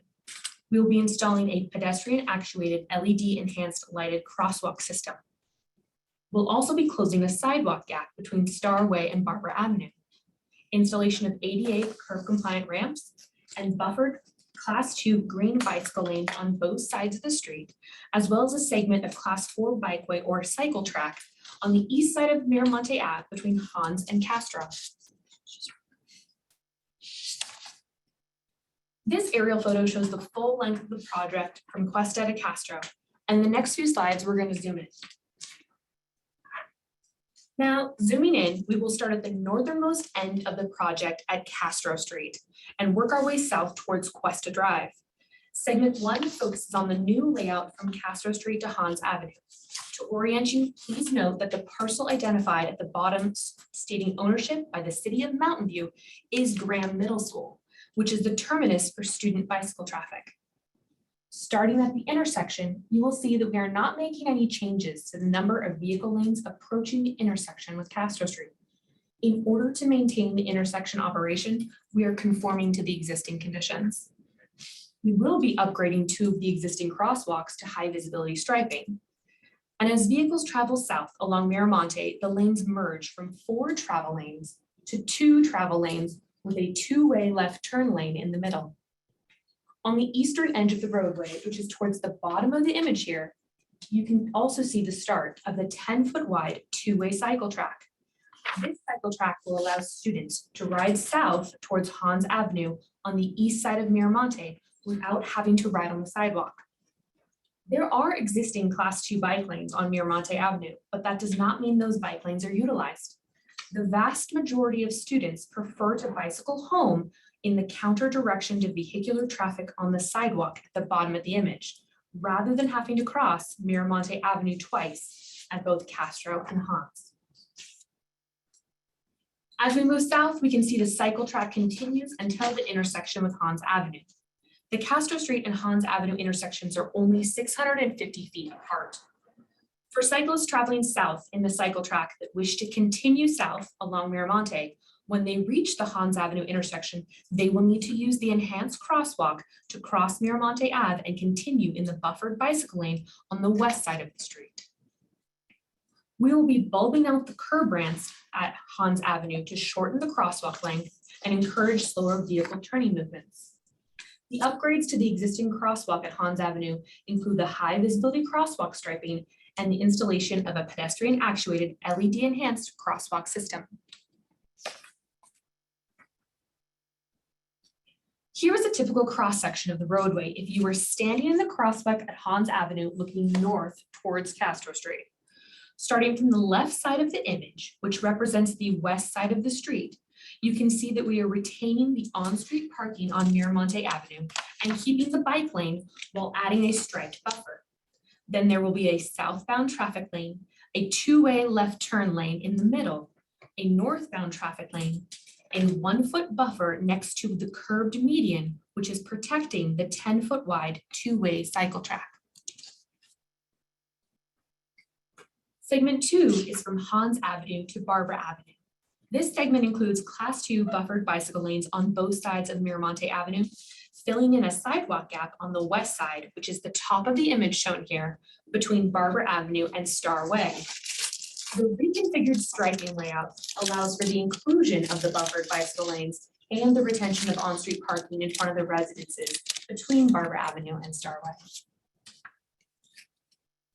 Zooming in further on the intersection with Barbara Avenue, the curb ramps will be upgraded to the current ADA standards, and the crosswalks will be restriped with high visibility markings. Segment 3 includes a continuation of the Class 2 buffered bicycle lanes on both sides of Miramonte Avenue, high visibility crosswalks, and ADA curb ramp improvements. Similar to Segment 2, the reconfigured striping layout allows for buffered bicycle lanes while retaining on-street parking. Here is another typical cross-section of roadway for segments 2 and 3. Starting from the left side of the image, which represents the west side of the street, we see we are retaining the on-street parking, keeping the biking lane, adding a striped buffer, then a southbound traffic lane, a two-way left turn lane in the middle, a northbound traffic lane, another striped buffer for the eastern side bike lane, and then again retaining the on-street parking.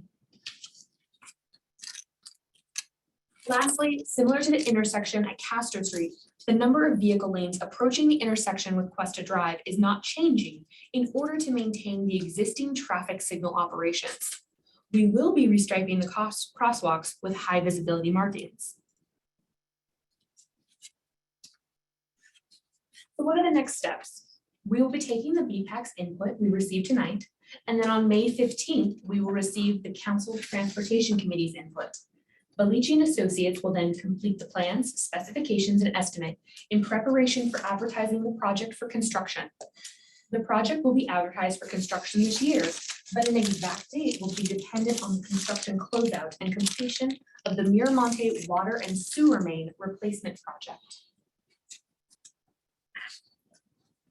All right, that wraps up the presentation. Thank you, acting chair and committee members. Questions?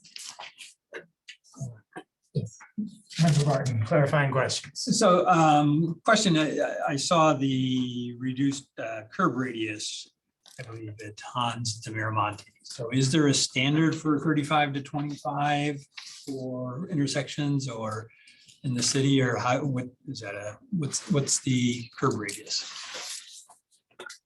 Defer to our traffic engineer back here. Good evening. I'm Carla Shaw, Senior Traffic Engineer. So typically when you do the curb radius, we would check the turning templates for garbage trucks and fire vehicles to be able to make that turn. So that would be, depending on what those turns out, that would be the final radius in the design. So does that allow them to cross the center divide, that turning test, or? The center lane on Hunts. Yeah, the center stripe or whatever. No, so typically the design should allow for the vehicle in this case to stay on Hunts.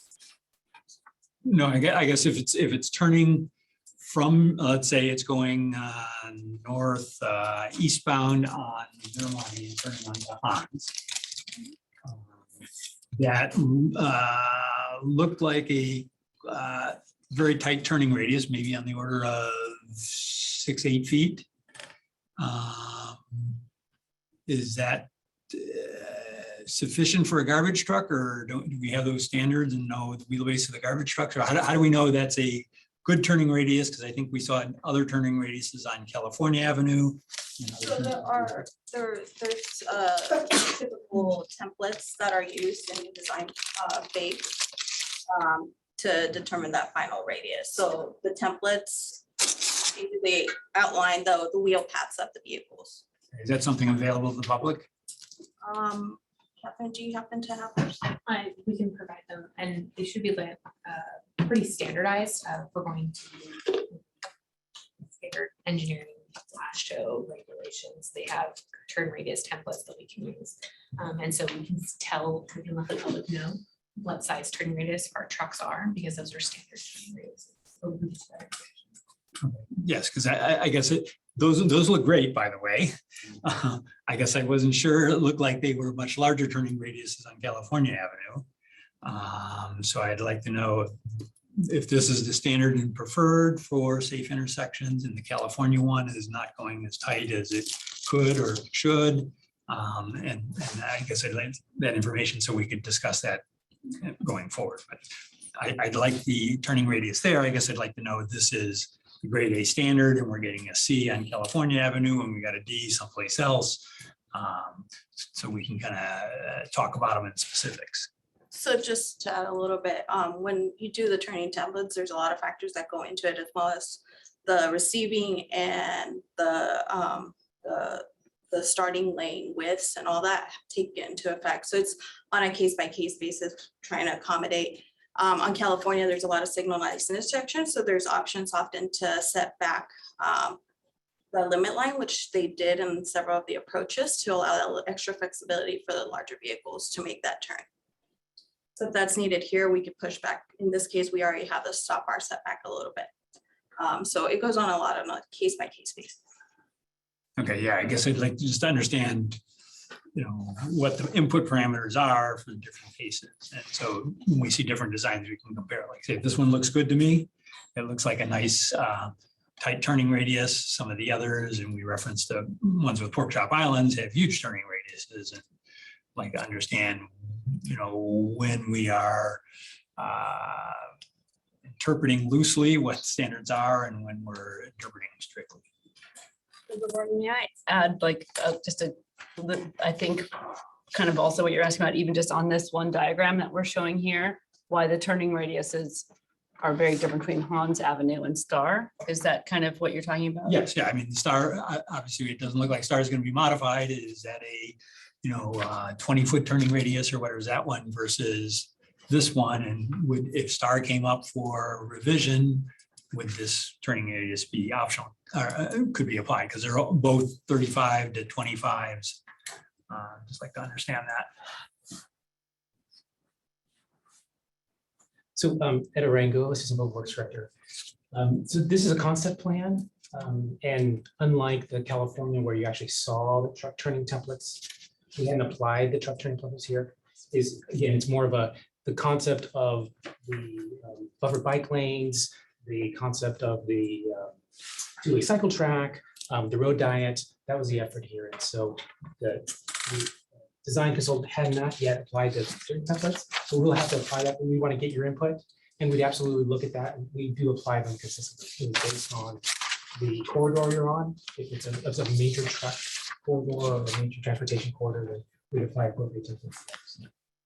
Yeah, I guess I'd like to even be able to look up as, you know, if California is different than Miramani, how do you say this is a major truck, this one's not a major truck? Um, You know, compare apples to apples.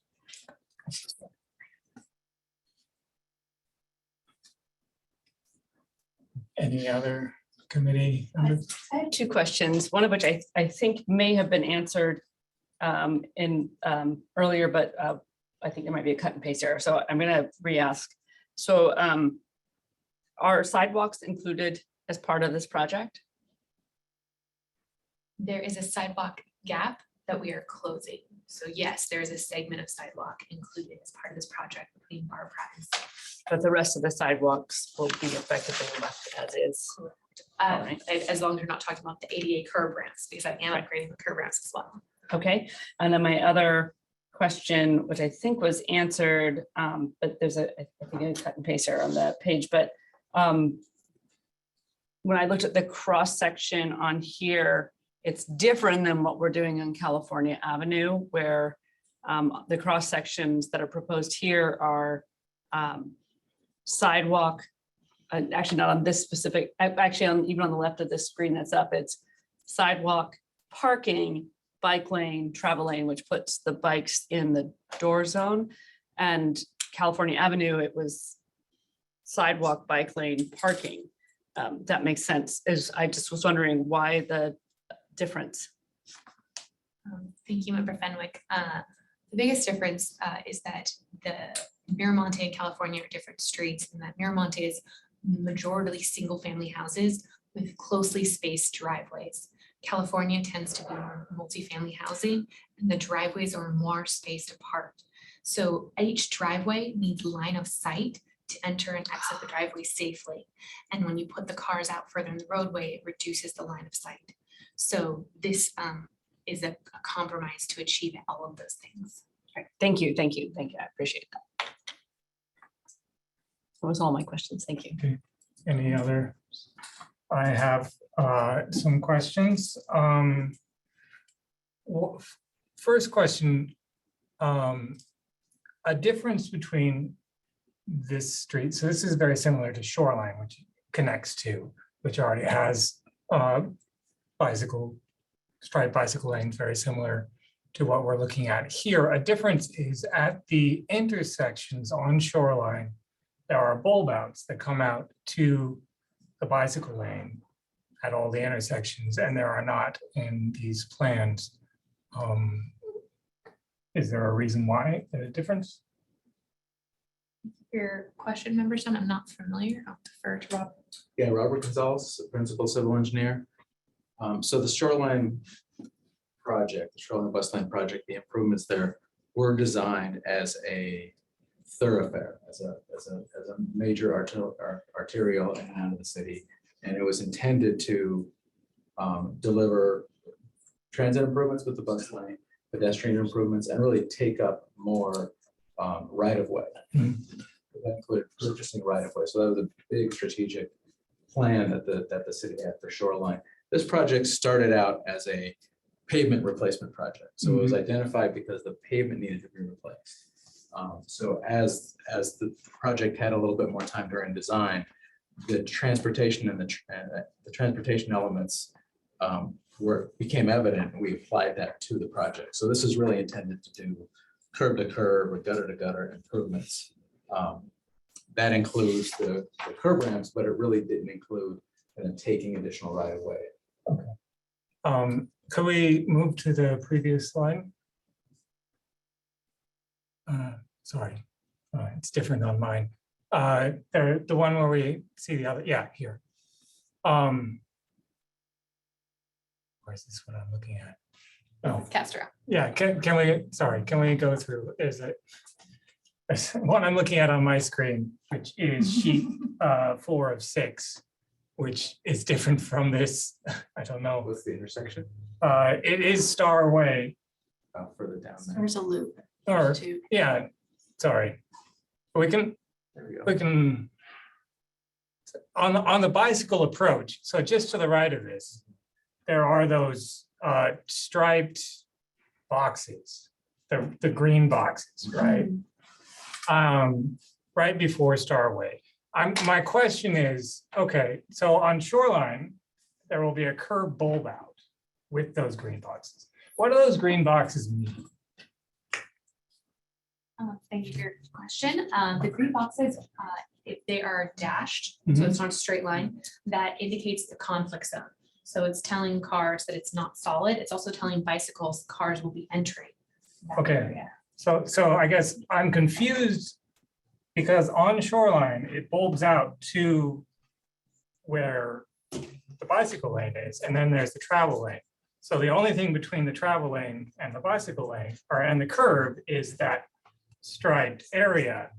And I think it's confusing because drivers see that as meaning they can go around and through, but there's not actually enough space there, and they get stuck. And so I'm seeing it here, and my thought was that that was what it meant, but having seen the ones on Shoreline, I was a little unsure, because in there, maybe it looks like it means that, but in practice it doesn't, because it's actually impossible for cars, unless you have a small car, to sneak through the bicycle lane and go around traffic and make the right turns.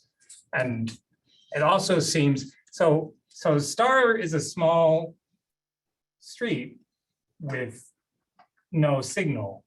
So are we expecting drivers to go over the bicycle lane, slow down and make a right onto Star? Is that the expected and desired behavior, or are we expecting them to, I don't know what's actually safer, so what we should be designing for, but knowing what it is it safer for cars to never enter the bicycle lane until they are turning right, or is it safer for them to merge to the edge and then turn right?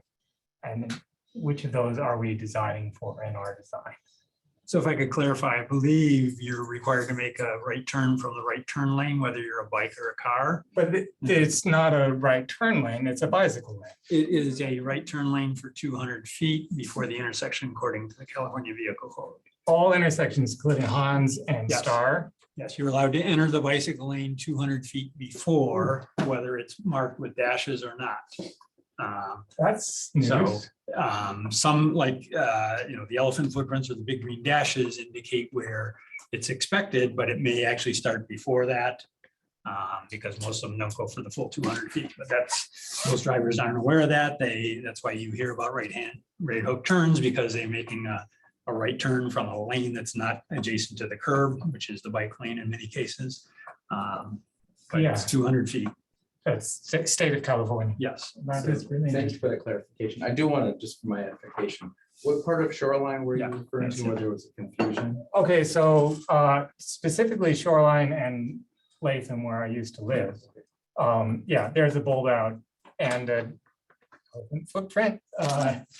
And so sometimes cars will attempt to go around, especially when there's a lot of traffic backed up, and they don't see the bulb out, and then they'll just be stuck in the parking. Is that Shoreline onto Latham or Latham? Like if you're going southbound on Shoreline, making a right turn on the Latham, it's the whole street is like that, but specifically that intersection. Yeah, the bulb outs, I rode that way on the way in. The bulb outs effectively narrow the bike lane from about 7 feet, which may fit some cars, to about 4 feet.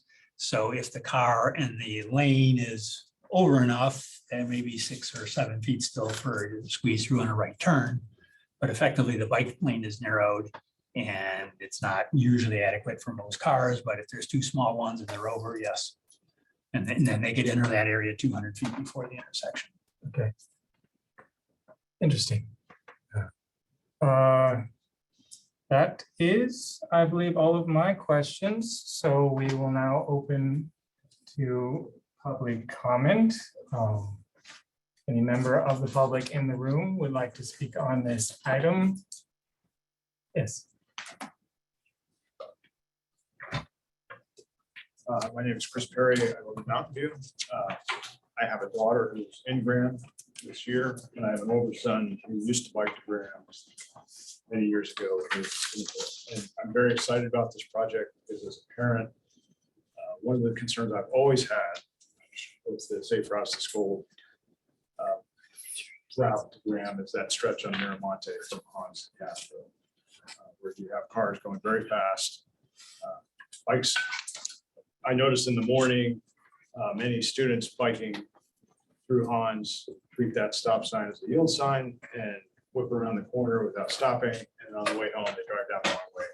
Or they ride down the wrong way on Miramonte. So a 2-lane cycle track is excellent idea.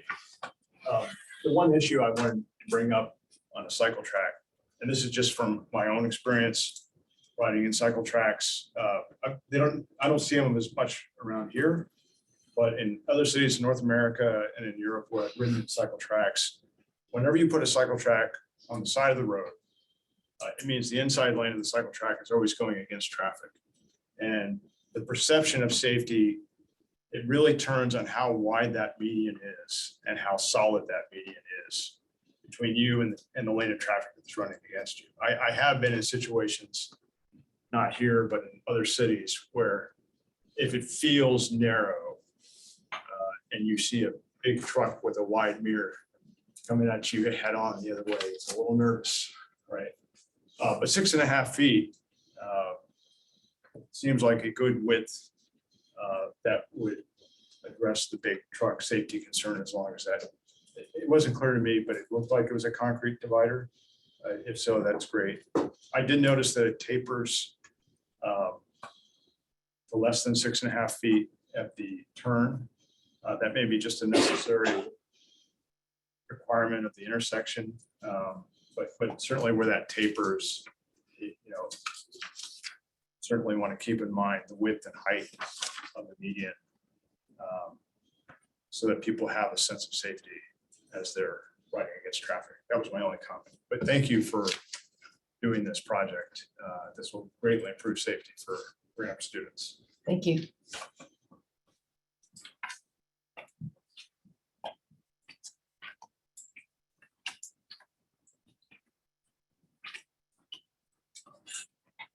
I'll state my name this time. April Webster.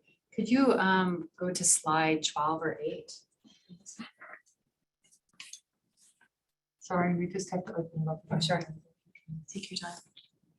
This one.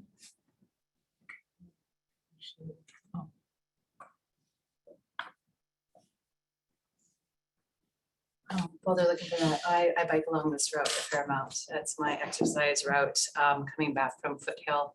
I hit Miramonte and then take the stretch down Castro. It's the Castro stretch. When you come down off of Miramonte and onto Castro and head down there, it's quite nice because it's all been protected. Makes it a lot safer, but it's really nice to see a road diet on this. Thank you. So I'm really excited that there's a road diet and we're decreasing the number of lanes. I don't think is a bus route, in which case is there a bus? Oh, there's school buses? There's buses. Buses, okay. I was gonna say, if it wasn't a bus route, we could decrease those lane widths to 10 feet. So there are a few things that I'm mildly concerned about with this stretch. As I think it was Valerie Leda pointed out, the parking's on the inside, and so you're putting, again, we saw this in California, but the bicyclists have to negotiate with cars that are parking, which is a real issue. I don't quite understand the line of sight problem. I would think that if cars are coming out of their driveways, having bikes, which are a little bit easier to see around than large cars or even trucks, as they're exiting initially, then hitting the vehicles. I really don't see what this issue is with the line of sight, whether it be the, our cars on the inside versus the out. I don't know if there's a standard on that in NACTO or elsewhere, but I really don't understand the logic there. To me, it doesn't make sense entirely. I would really push to have a parking lane on the outside to have that extra bit that, you put the parking out there, there's automatically protection. As someone pointed out, with the cars there, there's no barrier between the parking lane and the bike lane. And dooring causes 17% of accidents with bicyclists. So you have to, as you're passing that car, you need to be 3 feet away from it. There's no protection there for those kids or whoever's biking in there and the cars. Finally, I want to suggest it's just a median. Why don't we put trees in there or some vertical barrier There's plenty of opportunity there. We protect a lot of our sidewalks this way. You look on Central Avenue, you look on Moffett, you look all around town. We're using gardens and trees, which are vertical barriers to protect our pedestrians. Why not our bicyclists as well? Thanks.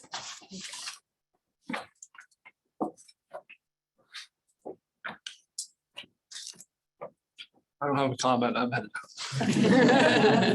Any other member of the public? Yes. Hello, I'm Celia Hamer. I live on Barbara Avenue, almost in the picture. So I'm very invested in this one. I'm really excited for the road diet concept.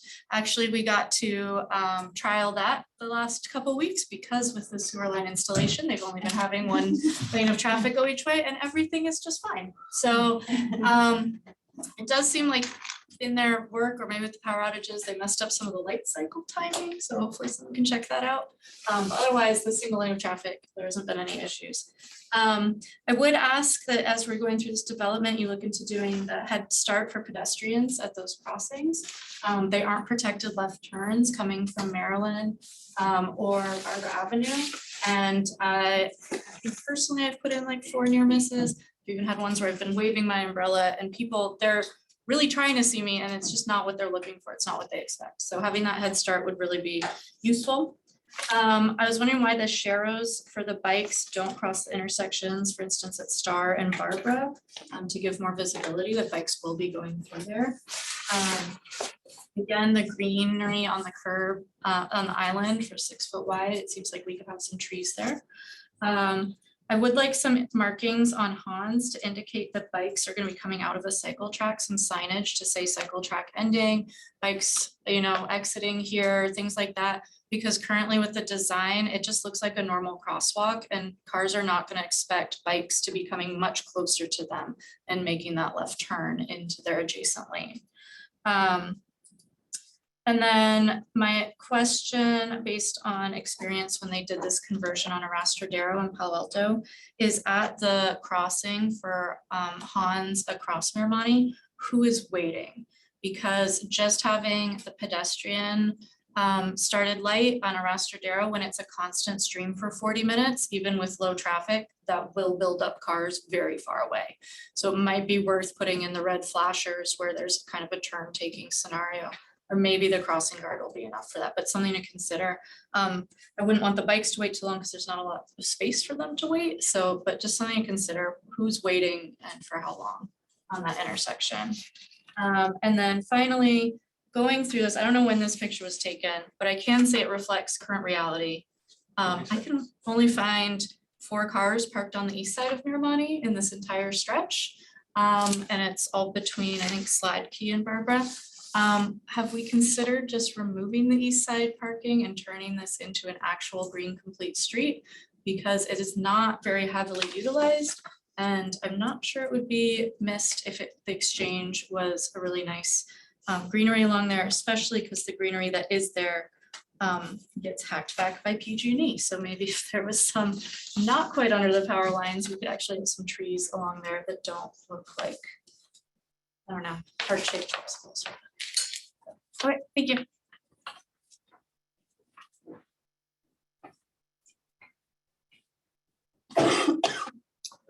Are there any other members of the public in the room wishing to make a comment? Is there any member of the public on the line wanting to comment on this agenda item? If so, use the raise hand function in Zoom or press *9 on your phone. Oh, is there?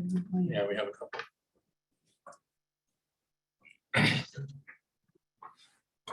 All right. So just click on this over here. So we have Mary on the line, and I think that you should be able to speak. Hi, I'm Mary Dadio. I live in the Questa Park neighborhood and I regularly drive, bike and walk in this area. And while I'm speaking, I guess if you could put up the slide that shows the Hans and Miramonte intersection, that would be great. In general, I think reducing Miramonte to 3 lanes, yes, Yes, yes. Add sidewalk where it's missing, improving the bike lanes on Miramonte. Thank you very much. In the new 6.5 foot wide median that's between the cars and the bikes, I also would like to see some added trees and native greenery. I do wonder, how do cyclists get from the main entrance at Graham, which is around the corner and past the sports pavilion? How do they get to the Miramonte cycle track? And then also the cycle track. I'm very worried about how, like I said, how cyclists get there safely at Castor and especially at Hans, this intersection with Hans, which I'm hoping you'll show. So as was mentioned, cyclists already ride against traffic, especially a large number of middle school kids, and the new plan makes this official. And it adds some safety measures, but I'm really worried they're not strong enough. So to me, they don't rise to the level of actually preventing collisions. So I was actually hoping to see the plan view of the Hans intersection. So at Hans and Miramonte, for example, is the southbound cycle track, are the cyclists expected to stop? Is it a four-way stop? Do we feel confident that school kids won't be distracted and just fly out of the cycle track onto Hans in front of a car that thinks it's its turn to go to make like a right-hand turn or a left-hand turn? I also think we need to plan for a cyclist or skateboarder using the cycle track at night, heading from Castor toward Hans, no lights, wearing dark clothes. If you're a car driver on Hans, trying to turn onto Miramonte, or if you're either left or right, if you're a car driver on Miramonte making a left turn onto Hans, and you're distracted or you're not familiar with the intersection, you won't be expecting bikes come flying in the intersection from an unusual direction from your, so I feel strongly that the only safe options that kind of rise to the level of actually preventing collisions from happening. And maybe there's a flaw in my reasoning, but one option would be to block off traffic for cars on that last block of Hans between Miramonte and the next cross street, which is Allison, which runs parallel to Miramonte. There are 3 to 4 houses on that block. And of course, the roads would be open for them, but I think there should be a physical barrier at Hans and Miramonte to protect cars from driving there. So bikes could go through, but not cars. And I think that would be the safest option. If that can't be done, then I think there should be this light that we're talking about installing there at Hans and Miramonte should be a full traffic light. That's time. Thank you. We're at time.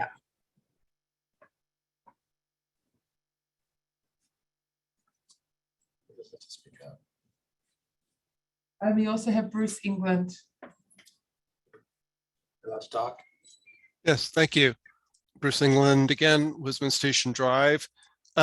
Just a couple of things I wanted to mention. I support all of the comments been made so far, listening intently. I echo Valerie's comment about making sure that pedestrian infrastructure is paid attention to. Sometimes you don't hear enough from people who care about pedestrian stuff, more from the biking community, but it's equally important, needs to be paid attention to. I also, it seemed to be missing from the motion from the last agenda item, but I really urge you to make a motion to support Green Complete Streets for this project, even if we missed it on the last one. It's also important here, maybe even more important. Thank you. No more speakers. Okay, then we, Oh, sorry, one popped up. okay. All right, Jesse, you're allowed to talk. All right, thank you. Yeah, sorry, I lowered my hand for a second because I had bad internet connection, but no, I just kind of want to echo support for everyone else's comments. I don't live here or bike there particularly often, but for the people who do, I think they know what they're talking about. And in general, I just support more trees and shade, and I don't know if that volume control idea is feasible, but I like it. So thank you.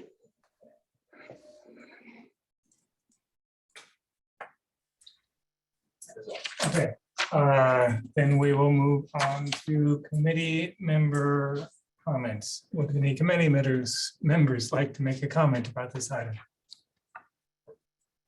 Yeah, I can start. We can just go down the road. Member Fenwick. Hi, thank you. First of all, just thank you for this project. I bike here often when I am physically able, and it's been, the bike lane is becoming like a washboard, I think is the best way we could describe it. So thank you so much. Really appreciate before we start falling off our bikes or bodies. Especially because of the school zone. So big thanks. I would really hope that we could also, where possible, I'm sorry, I wrote my comments in two places very smartly. If this could be extended, I know maybe not part of this project, but keep it on the radar to El Camino Real, because there, the road is actually really wide there and has a lot of turns, particularly around the sports center, and cars go really fast. And in particular, the rightmost lane, my memory, and I moved to the city in, I think, 2000, that it was a bike lane. There is, somebody recently posted a picture on a Slack channel I'm on of a bike map saying it had a bike lane, but unfortunately Google Street Maps don't go back that far, but through various patching projects, it seems like the bike lane, if you look, you can see remnants of it in bits and places, but extending this to El Camino Real would be wonderful, even if as a follow-on project, and just consider that in your planning. I know you're not be touching the sidewalks here, but I would say please consider in particular where you're putting the new sidewalk. Try to do maybe a more, I don't want to, intelligence is not the right word, but we had a large debate in my own neighborhood where I live, Rex Manor, when we were doing a very similar project with repaving about going to square curbs from the rolled curbs we have now. And the city council overruled or ruled in favor of what the neighbors were asking for, is keep the rolled curbs for us. So we would not have those curb cuts while walking on our sidewalks. It's very similar to Miramonte. Our sidewalks, it's sidewalk street, basically. So in the new, but I've seen designs elsewhere in the city where you can have kind of square curbs, but when it goes to the driveway, instead of doing a cut, it goes to like a rolled curb for the driveway, so you don't have to have a curb cut. I think where this sidewalk is going to be put in, I've ridden past that, and I think there may be a driveway in there, but if not, like just try to maybe think about some new designs that would be still nice for people walking, particularly people with disabilities. Another comment I had made, and I heard this echoed in public comment as well, and this hit my own neighborhood when we did the repaving, I believe it was in 2006 or 2007 in Rex Manor. Our neighborhood had wanted to underground the lines for PG&E, so our trees would not all be U-shaped. And we were told that it was too late in the city planning process for the city to coordinate with PG&E. And that I see echoed here in my pre-questions that it's not the city's job to coordinate with PG&E. And when this is 2006 or 7, but as residents, as our neighborhood association, we went to PG&E and they said, gosh, we wish we had known a year ago that the city was going to be doing this work, and it would have been for residents a lot cheaper to underground the lines. But now we have to re-tear up all this great work the city's done. And that would cost to the resident. And at that time, I think it was $10,000 to $15,000 per home. And so I think whenever the city does projects like this, the same request I had in 2007 that our neighborhood Rex Manor made to the city is give the neighbors at least a heads up that if they want to underground their wires and if it's feasible with PG&E to try to line up the stars. I mean, I heard a resident here say the same thing, that their trees are all, because we plant our trees, the city's wonderful and you plant trees in the easement, which is also where PG&E puts power lines. All of our trees are U-shaped. And so in my neighborhood and similar where this is, it would be desirable to have additional greenery and be able to underground the utilities if the residents want. So kind of making them aware of that, I think would be nice of the city to do. Otherwise it just becomes impossible. Where we are building new sidewalk, please try to avoid any pinch points wherever possible with utility poles, for example. I really also, I think I liked the suggestion of consider, I mean, maybe do some neighborhood outreach. If it's 4 houses on that segment of Hans, it does look to me like it would be a lot safer to close that, very similar to what they've done like in roads like Bryant Street in Palo Alto and in a couple of other places within Mountain View, where it's closed to cars, but the local traffic can get there, and but it's closed to kind of through traffic by not allowing left or right hand turns from Hans onto Miramonte. But I know that's going to be really up to the neighbors for that, but I would, and as much greening as we can do in here, I think it's a great opportunity. It's a very sunny stretch. I've ridden my bike here often and it can get quite hot, particularly I don't walk here there, but they are very long blocks as well along Miramonte, and it's very sunny and hot. So additional green would be appreciated. Those are all of my comments. Thank you. Committee members. Member Adamic. Yeah, so I wanted to say kudos for going with what the students are doing. I think that's a brilliant move. Instead of trying to change their behavior, or try to like accommodate it into design. I think that's neat. I agree with Member Fenwick that in a future project, it would be great to extend this to El Camino.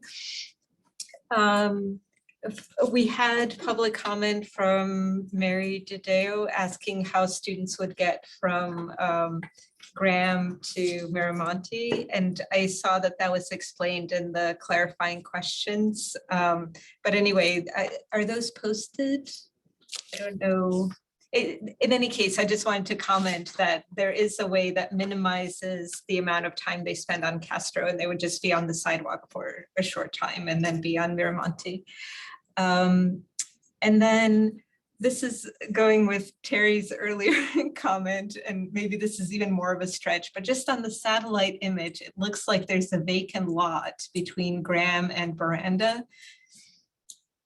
I don't know if there's any way of sneaking something in there, because it seems like with this project, you're doing the best you can, kind of going out to Miramonte and then back on Hans, but Veranda is like a very long uninterrupted block, and it would be nice to have a Paseo in there. But overall, another exciting project. Thanks.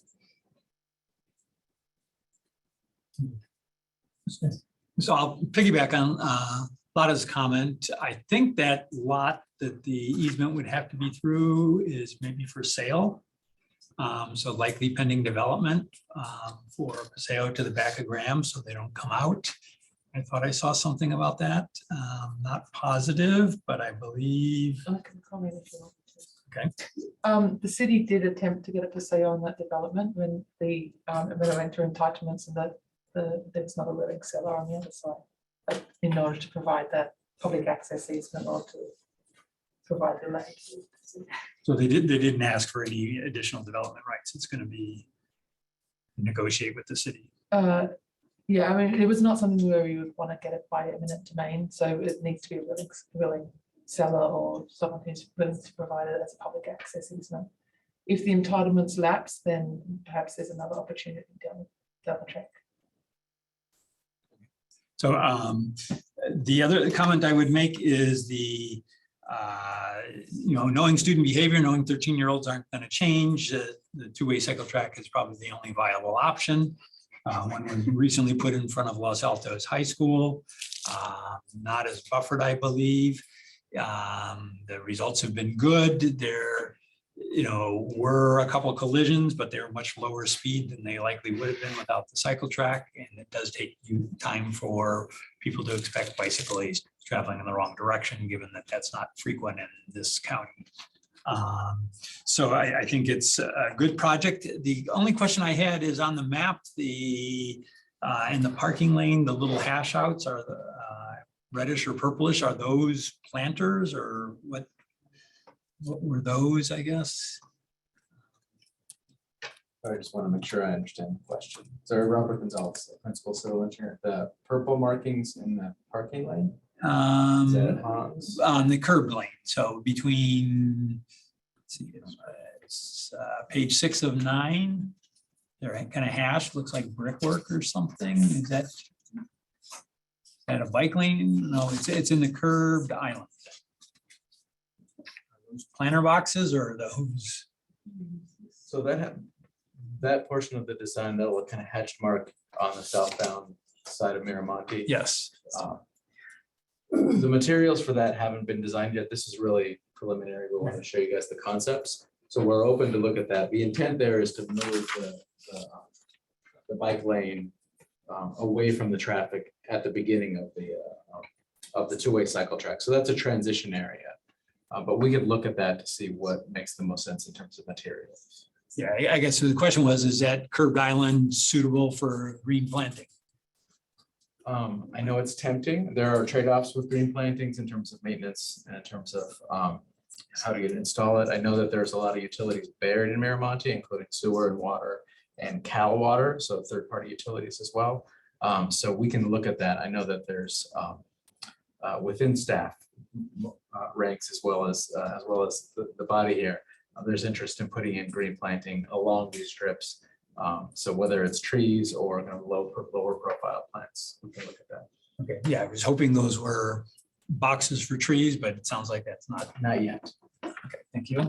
Yeah, that's it. I guess it would be good to share information with Los Altos on their experience and the details of, you know, what may have led to the collisions or what their experience, and it's been in a year and a half or whatever, feeding their high school on a similar type of arrangement. They do have a 25-mile-an-hour street instead of a 35, but similar design issues.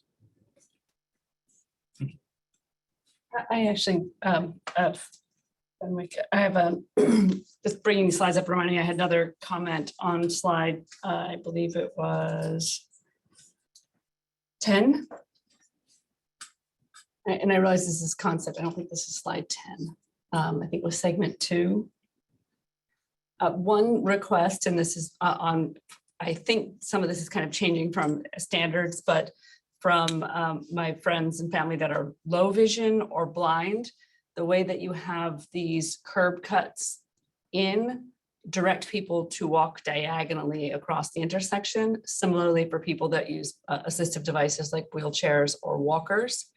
But in particular for low vision people, to have the curb cuts direct you the way that you should walk is very important for people who are low vision or blind. And that, I know this is just a concept, but I think that's changing in a standards way in the ATP, but I would love to see where there's space to help people with disabilities that way. Thank you. I could go after you. I had another. No, you go ahead. Okay.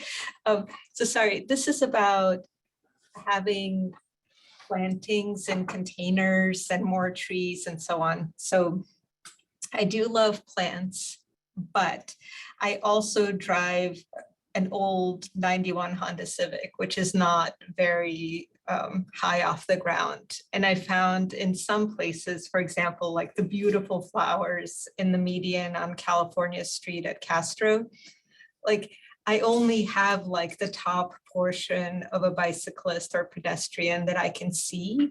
And it makes me a little bit nervous. Or, I mean, like the big trees on Cuesta when I'm trying to make the left on Montalto to go to the tennis courts, because Cuesta kind of curves a little bit. I have a hard time seeing oncoming traffic. Going out of the tennis courts, there's a beautiful Japanese maple, but it has relatively low branches. I have trouble.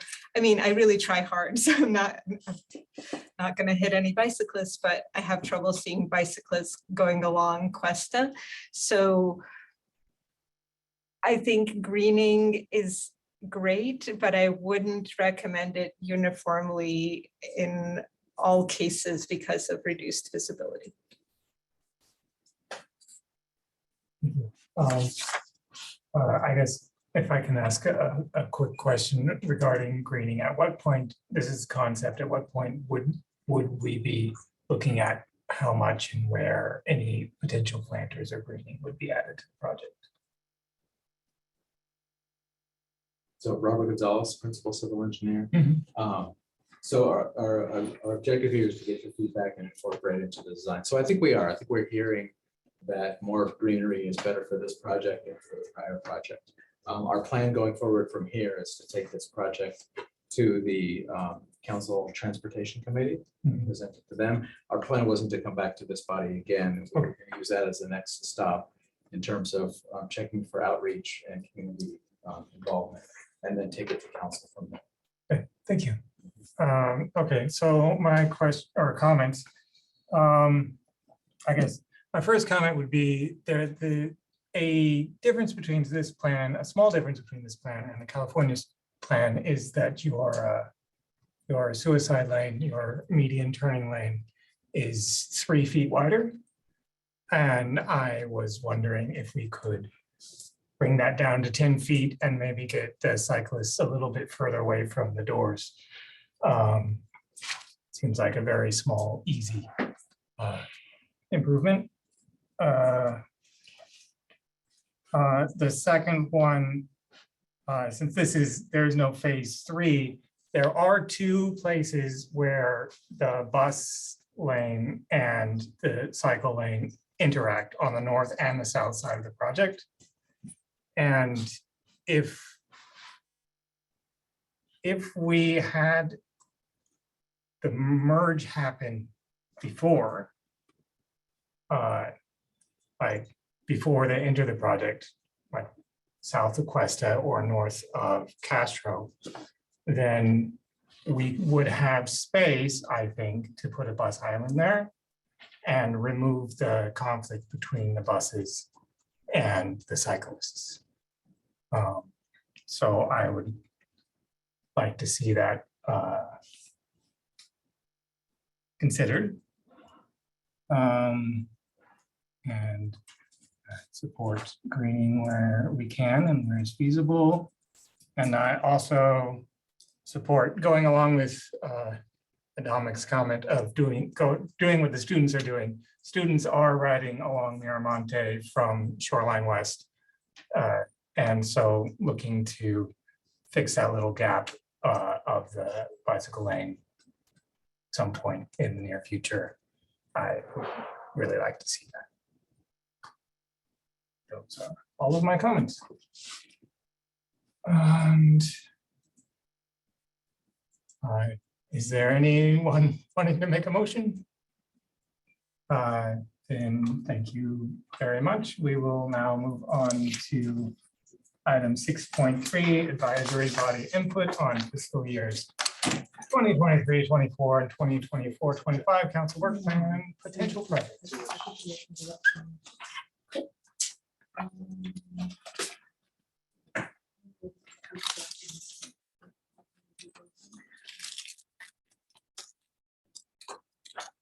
Oh, sorry, it's the council.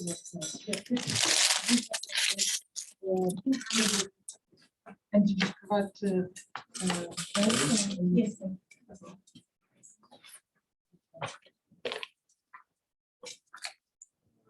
I'm sorry, Brandon had to go home, so we're just calling it on. We had an issue earlier trying to, you can try.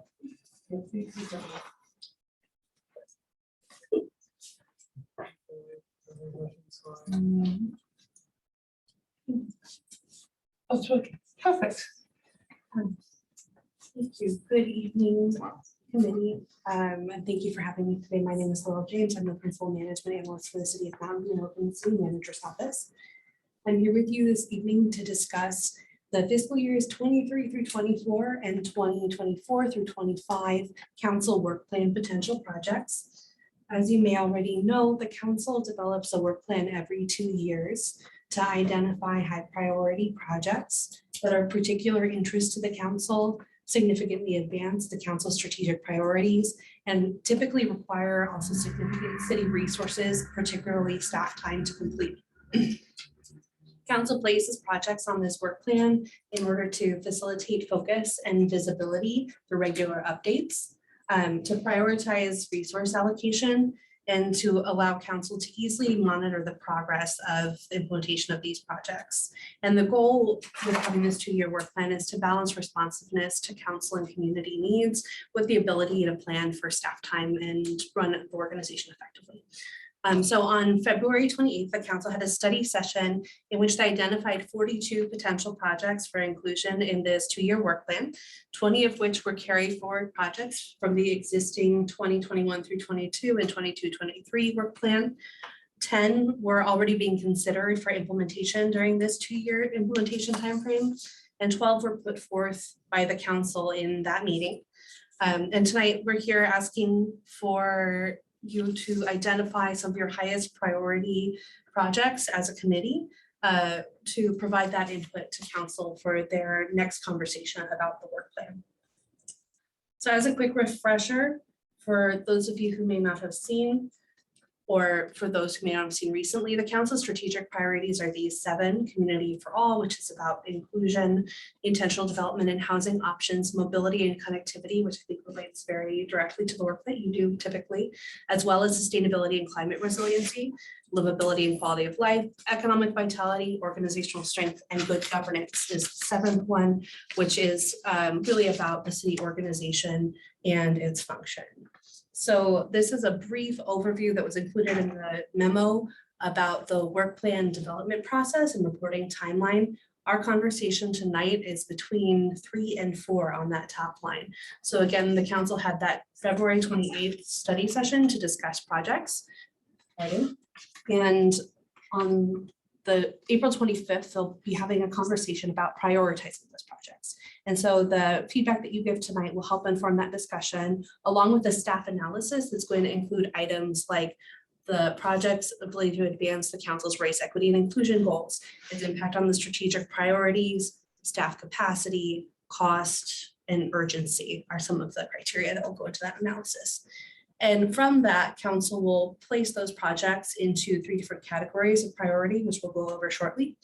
And the final recommendation from staff will come in June for potential adoption.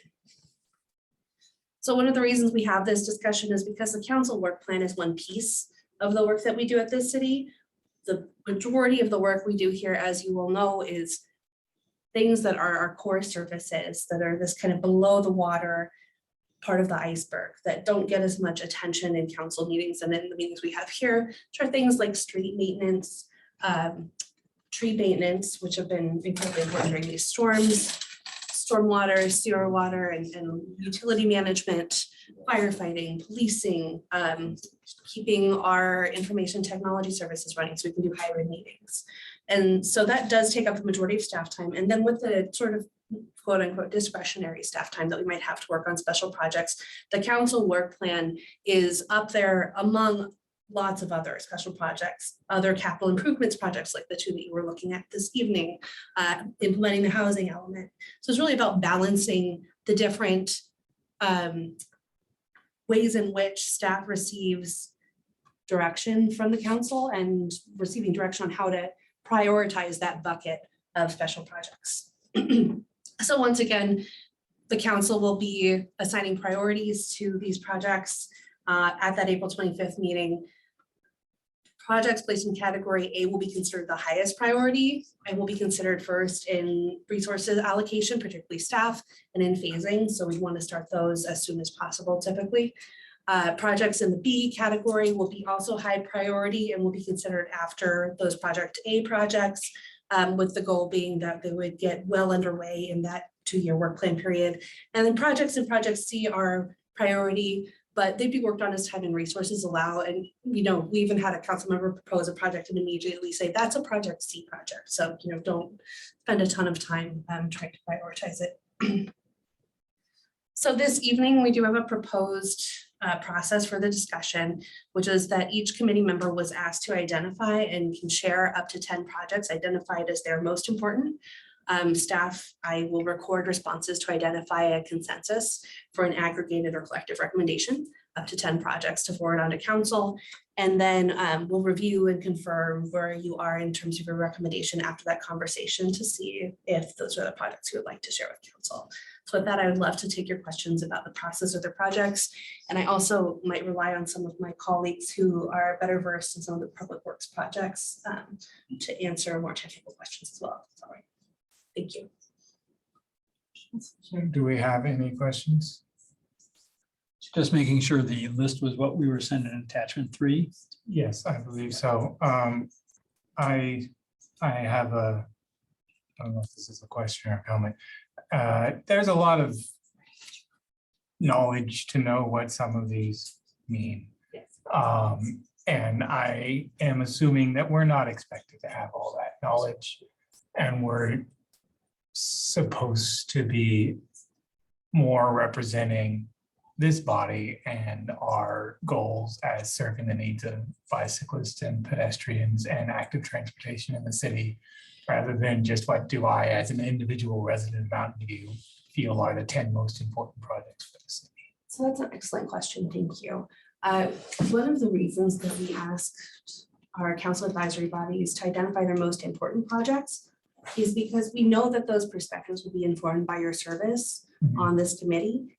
And we're also interested in hearing about what you find most important as a resident and community member in Mountain View. So if there are other projects that you think are highly important, please do put them forth. And if you have questions about any of the projects, again, I am, and perhaps other staff on some of those public works projects are available to answer. I guess I ask this because I have a little more context about what things like active transportation plan mean, whereas the homeless response strategy sounds good to me, but I have no idea what the details are or how I might prioritize it against some. I feel like a little out of my depth here. So. And again, you know, this is some of the, I will pause and say that some of those projects that are on the list, particularly those, actually specifically some of those put forth by the council in the February 28th meeting aren't fully scoped at this point. They were ideas, whereas other projects are already underway or have been scoped for quite some time. With that being said, if homelessness response strategy is something that resonates with you, even without the technical details, it's worth noting that I believe in this process, but also please feel, you know, make the recommendations that you feel comfortable making to the council. So I have a question. I couldn't tell indirectly. There's a lot of the areas that touch on parking policy.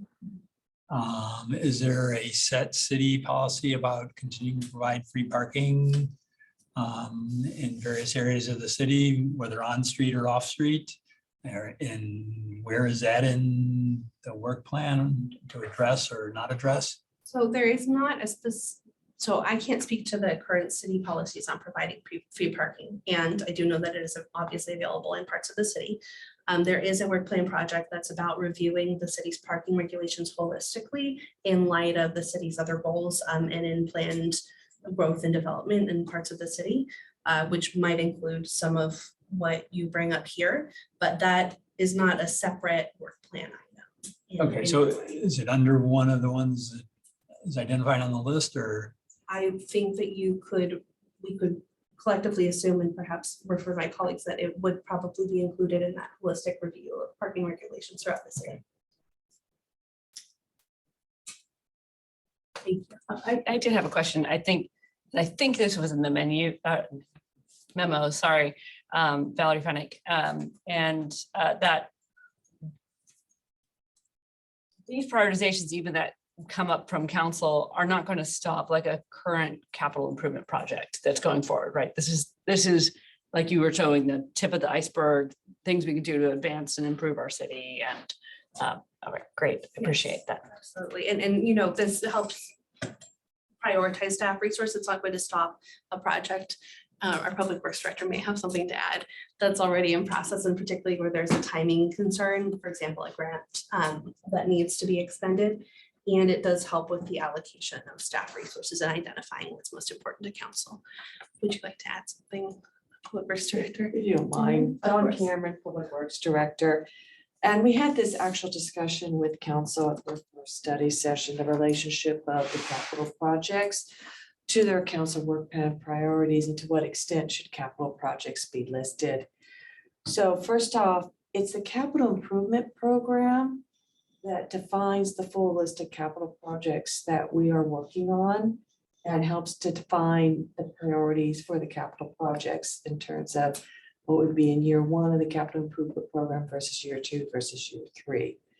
And we mentioned to council that it's very important that they, as they look at the impact on staffing and resources and so on, that they keep in mind they do have the capital improvement program.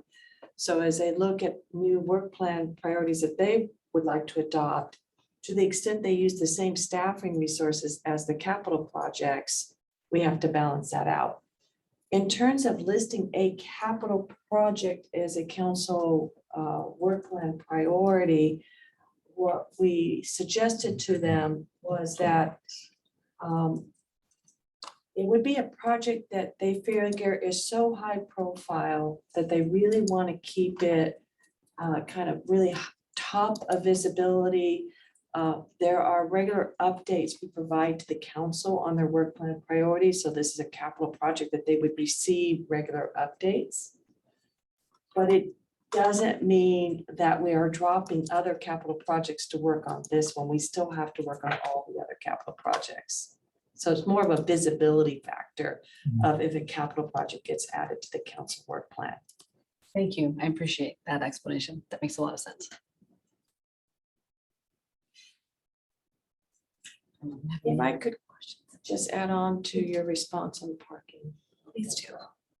So one of the council members did propose as a potential new council work plan priority this as Laura, Principal, as James was saying, you know, we're practicing our skills a little better, being a little more formal at our meetings. The one of the council members did suggest a holistic review of our parking regulations and how we are regulating the use of on-street parking for the various, whether it's 2 and 3 hour timed restrictions versus other types of regulations. And, you know, we're still, you know, if that gets adopted, it is something we as staff will further scope out in terms of what that means. And the concept of paid parking as part of that is something you could suggest be included in the scope. It was not one of the items as council members were discussing it back and forth, that they had a variety of things that we captured, but it doesn't mean it isn't something that can't be suggested to add to the scope. So payment is a regulation, I guess, is what you're saying, or Well, potentially if it's identified. If it's on-street parking, it means you're going to put in meters or, you know, kind of metered parking, which would be, it would be you know, A change. first, a policy decision. And then 2, an infrastructure project to make it happen.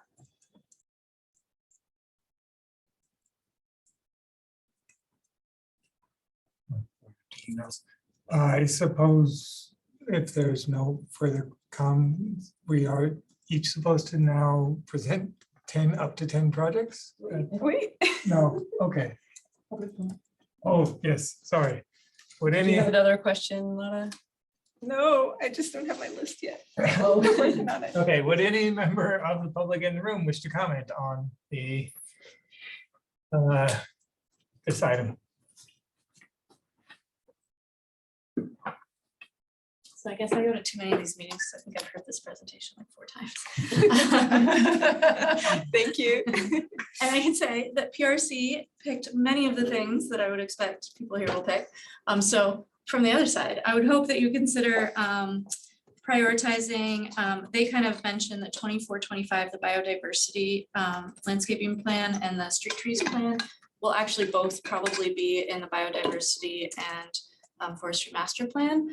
So considering that those could be just one thing maybe, the fact that street trees are in there and we're looking at these green street options, having that as a priority so that as we do start implementing green streets, we know what we want to plant. We have a palette for that. It can move forward a lot quicker if we don't have to do that research on the fly.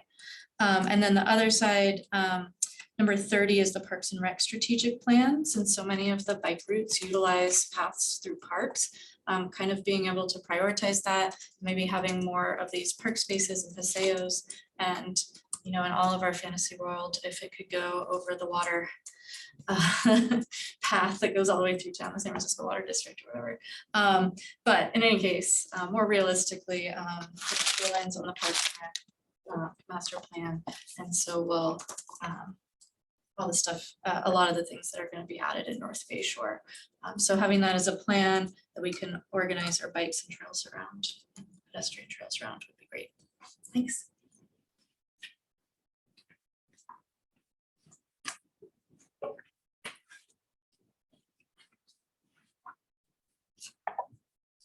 Nicole Webster. There are two things. The local road safety and Vision Zero, I'd definitely like to see that prioritized. And I'd also, I don't know if this is the right forum for it, but also like to ask that that be amended to include the safe systems approach, which is a new approach being proposed by the National Highway Traffic Safety Administration as the sort of engineering approach to take for implementing Vision Zero. It is basically as well as prevent accidents by identifying and addressing risks, and it looks more at the design and prevention and gives guidelines for actually implementing Vision Zero. So this is the direction that a lot of organizations are starting to take. Caltrans is introducing, I have it listed somewhere, what they're calling the road safety infrastructure plan, which is basically looking at the safe systems approach. Palo Alto just adopted this approach about a month ago, February 23. It's also being pushed by the National Transportation Safety Board. Jennifer Homendy is their chair and has been talking about it since 21. Yeah, I would propose that we add this into our plan or Vision Zero, and also the Institute for Transportation Engineers. I'd love to advocate that if possible, our engineers as could be incentivized to take this course, which is about $500 as continuing education, just so they start to move forward to this mindset of designing and using more these metrics as prevention as opposed to other sort of performance metrics. And then the other thing, as Celia mentioned, was looking at biodiversity and the tree plan. I know this isn't on the plan, but we don't have a green streets plan at all. And this is what you see in a lot of communities. It's either the green streets plan and a complete streets plan, or they combine them together to have one. I don't know if this is, again, it's the right forum for it, but I just wanted to mention it. We seem to be missing that in our community. The green streets would probably tack into our, what trees and biodiversity we should include, but generally the term is green streets. Thanks. Any member of the public on the line wish to make a public comment? So one speaker, Bruce England. I'll unmute you.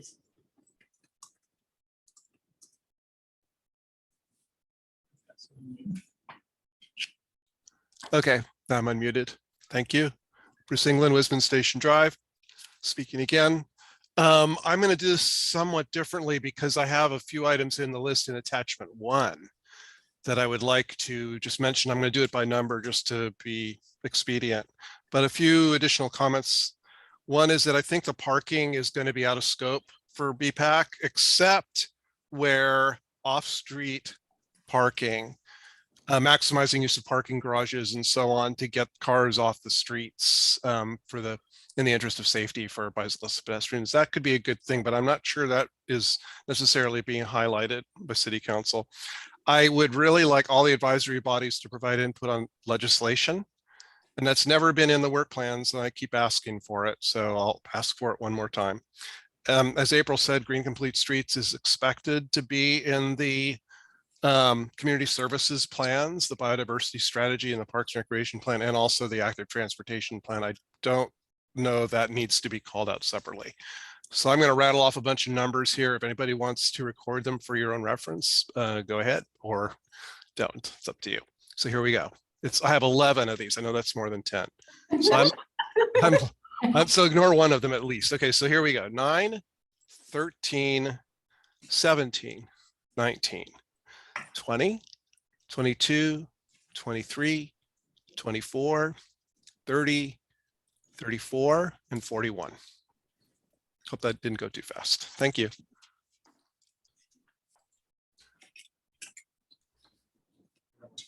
There being no more speakers now, we will each present our 10 favorites. Who would like to go first? I could go first. All right. I'm happy to go first. I had previously, I appreciate all the public comment, and I don't see any bad projects on here that I'm like, what? No way. So so my feedback was given that. So mine are number 1, number 5, number 6, number 10, 17, 19, 23, 34, 36, and 41.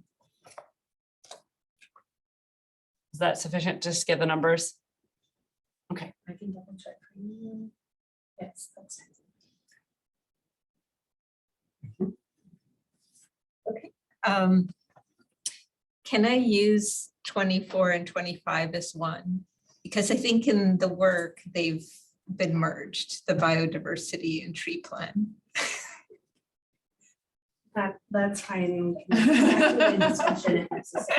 Okay. Okay, so mine is the active transportation plan, 17, vision 0, 20, safe routes, 22, tree and biodiversity together, that's 24 and 25, downtown vibrancy, 34, reviewing municipal code, 41. Sorry, we did a remodel and there were like things we had to do, which we then had to undo, and they were both like because of code. Dark skies, 28. This might be a little bit contrary to bike ped safety, but sounds appealing. Parks and rec, number 30. Homelessness, number 1. And then this isn't on the list, but just it seems that sometimes for our bike ped projects, there are staffing gaps. So I don't know if the council could do anything to help with staffing as a project. That's all. Okay, I can be real quick, so you can double up my votes. I'm not going to have a long list. I believe the ATP 17 and the Vision 020 enable so many other things in terms of vitality, equity, sustainability, even housing affordability. So if nothing else happened other than the ATP to codify, policies and make it safer to get more people walking and biking, I think that would drive a lot of other activities. After supporting those, we constantly have discussions about whether parking needs to be in certain locations on the street. So I would like to have parking and our funding of future parking projects through user fees addressed. And then finally, parks and recreation, trails and mobility. I believe that that's where people start biking and walking, and then they feel safer when we have safety on the streets to do it for more of their mobility needs. So 4, 17, 20, and then a lower priority, 32 and 30.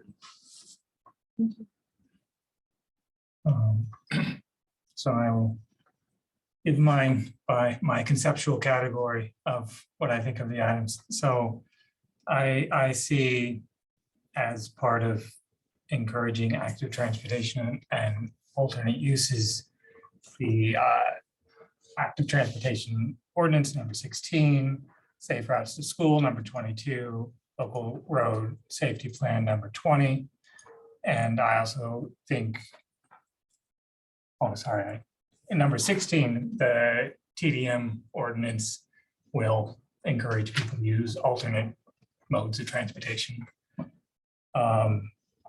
I see a lot of potential in numbers 9 and 7, that is the Moffett Boulevard Revise Plan and the R3 zone update, in changing how the city is built and how the built environment can encourage people to walk. I was excited particularly for the R3 zone update of the potential of allowing small neighborhood retail and commercial in residential neighborhoods.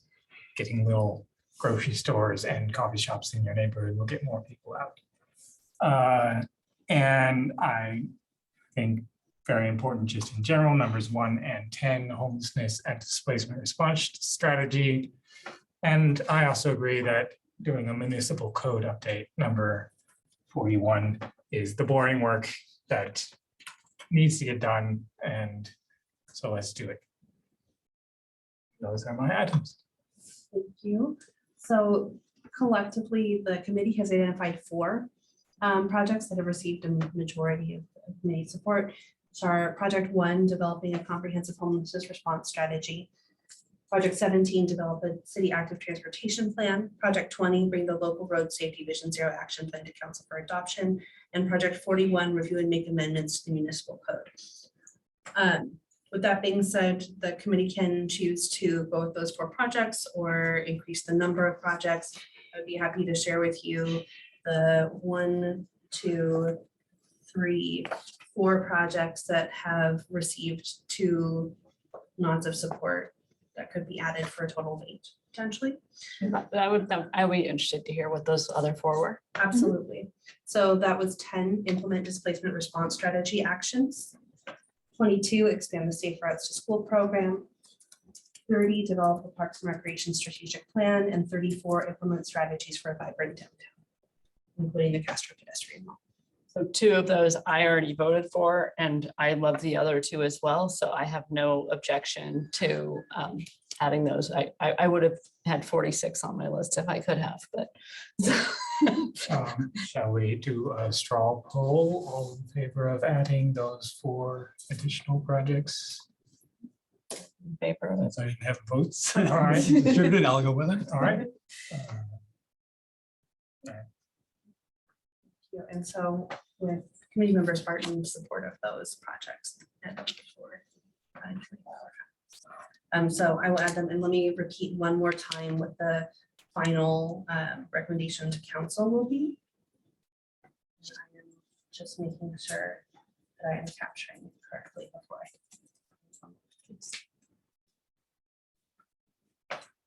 Excellent. So again, that's project number 1, develop a comprehensive homelessness response strategy. Project number 10, implement displacement response strategy actions.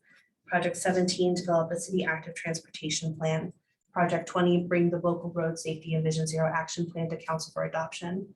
Project 22, expand the safe routes to school program. Project 30, develop a parks and recreation strategic plan.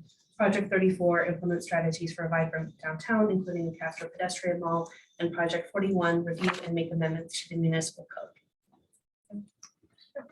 code. Are the first few, did they have the same number of votes? I'm just wondering if like the active transportation plan had like like maybe just for the BPAC list, if that one is the same as other ones, we could like put it at the top. Or just give it a star. Yes, What you're yes. saying is to say in particular. this one. Star, bold, and underline. Yes. Yeah. I like that star bold and underline. I will make it. Thank you. Thank you very much. Yeah, they were like, don't worry about that. Now move on to item 6.4, which is the BPAC fiscal year 2022 to 23 work plan. Okay, so I was not expecting to do this one, but here we go. I think that going through the things that have changed since last month. So California Street and Miramonte we saw today, hooray. And let's see what else changed. That's it. In terms of the tentative agenda list, we have a couple of changes. So we have a special meeting on the 27th of April because we have so many things to bring to you that they didn't fit in the meetings that we have. And then also on the 26th of April, it's a regularly scheduled meeting, but it's a joint meeting with Los Altos.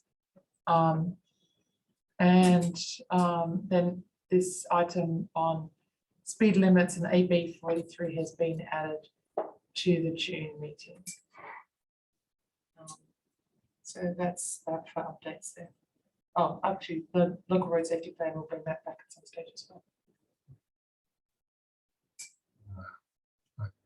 committee member comments about? I have a question, and I think that maybe this changed from what I reviewed, or I somehow had maybe the wrong thing, because I see on this now, El Monte corridor study is in April. Yes. And it was listed as to be scheduled before. Yes, so we decided to put it in April because it also goes into Los Altos. And so it seemed to work out well for a joint meeting there, and it worked out with the timing of the project manager. I am, okay, that for a clarifying question. Then my last clarifying question is, when might the Middlefield Bikeway project come through? That's something I think that we've heard people talking about that. Hello. Zach, Robert Gonzalez, Principal Civil Engineer. So that would be delivered by my staff, my group. The Middlefield project already has CIP funding. It was a project, as you guys, the committee members might remember, when we had put in for OBAG funding, we were identifying projects that were already in CIP. So that has funding for design. That design can move forward as soon as resources are available. So a couple of my projects are moving from design into construction, and as that happens, we'll be able to start the design of that project. So I'm expecting it the second half of this year. Thank you so much. I appreciate that, those clarifications. I think we have public for comment. Well, I also have a question.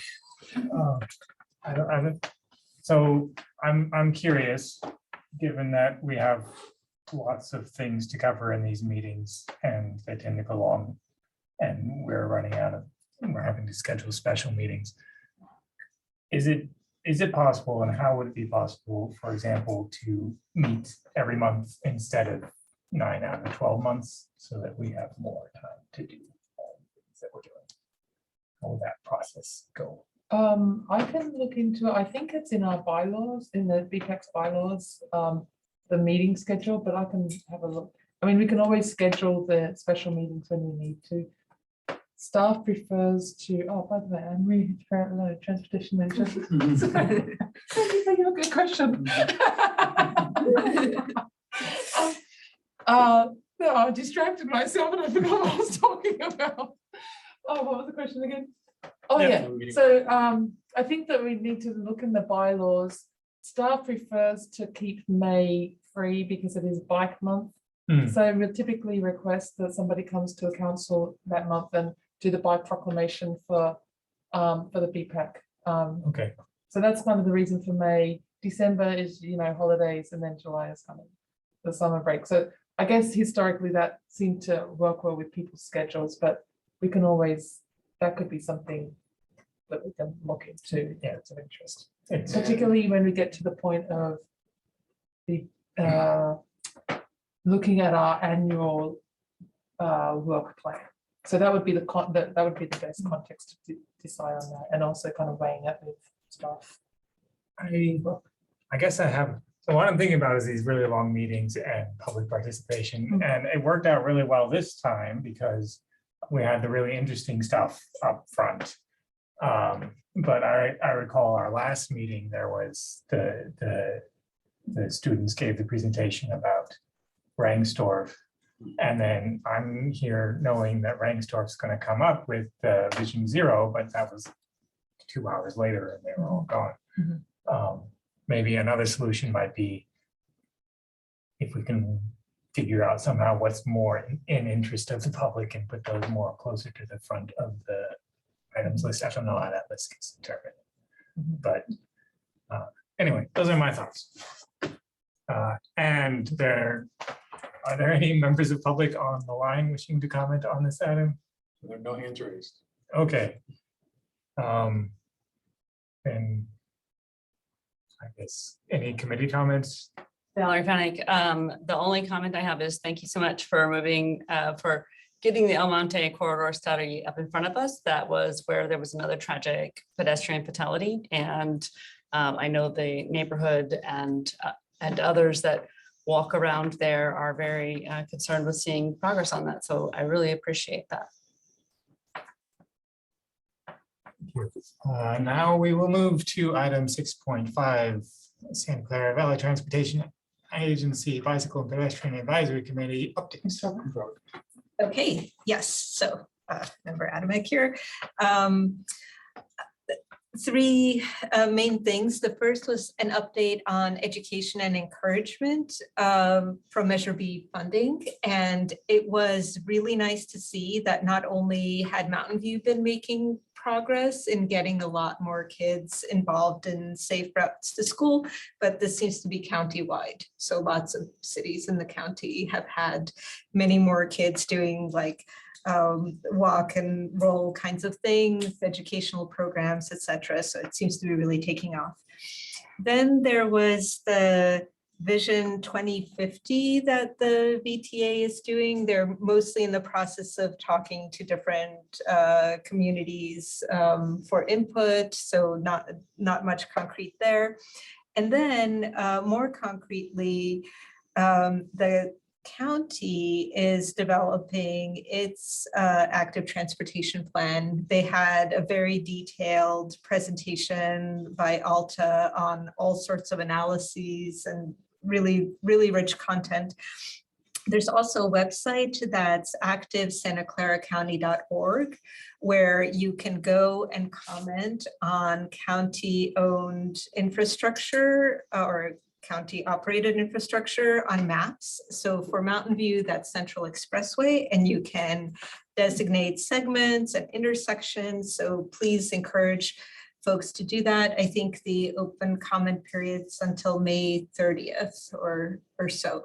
So when we were reviewing the Bernardo undercrossing, we were told, we don't need a connection to Central Expressway because it's never going to have protected bikeways and things like that. Guess what's planned for the county active transportation plan? It's class 4 bike lanes on Central. Whether that will happen or not is a TBD, but anyway, that was the update. Seems pretty exciting. I have a question. Yes. I was wondering if you could send us that site so we can make comments on that map. Or send it to yes, Rhea or do, Brandon yes. to send to us or Yes. whatever. Thank you. I appreciate it because that sounds fun.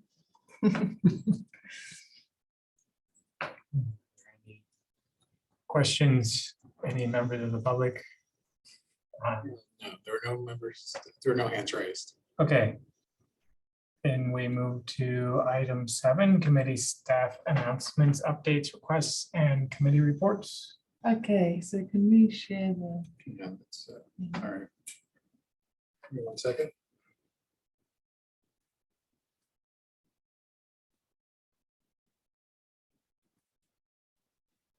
Okay, so these are our updates for the month. I'm Rhea Hooper, Transportation Manager.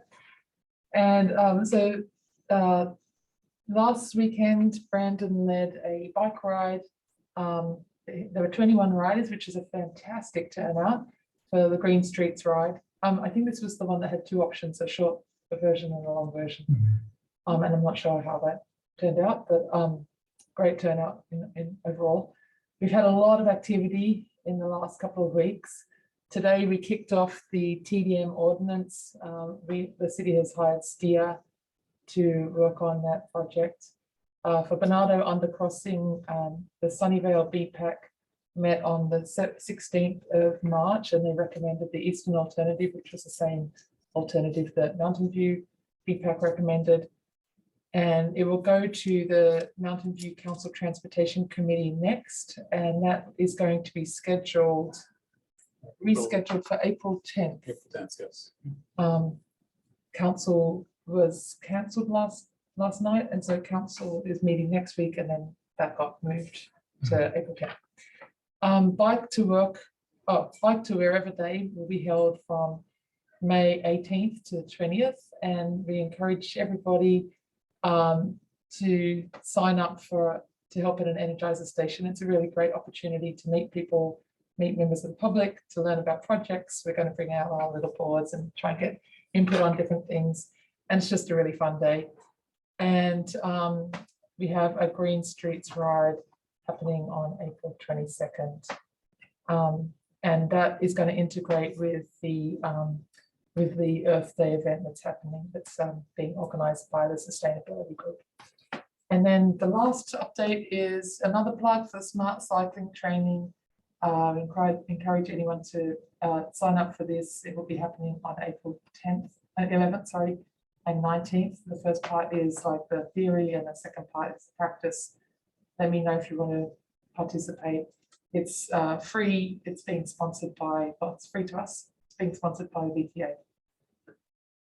And it could potentially lead, it's like a prerequisite if you're interested in becoming a league cycling instructor down the track as well. Is that all of the? That is all.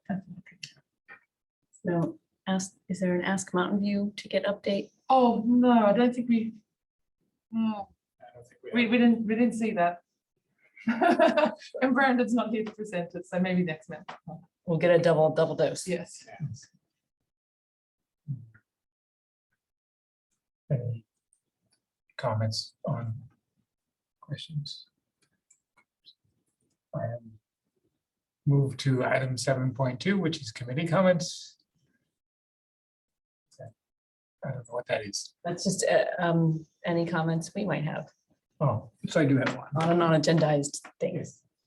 So with several road closures in various counties, I noticed the city of Woodside posted a sign that said bicyclists not advised on the only road that now goes over to the coast, being Old La Honda.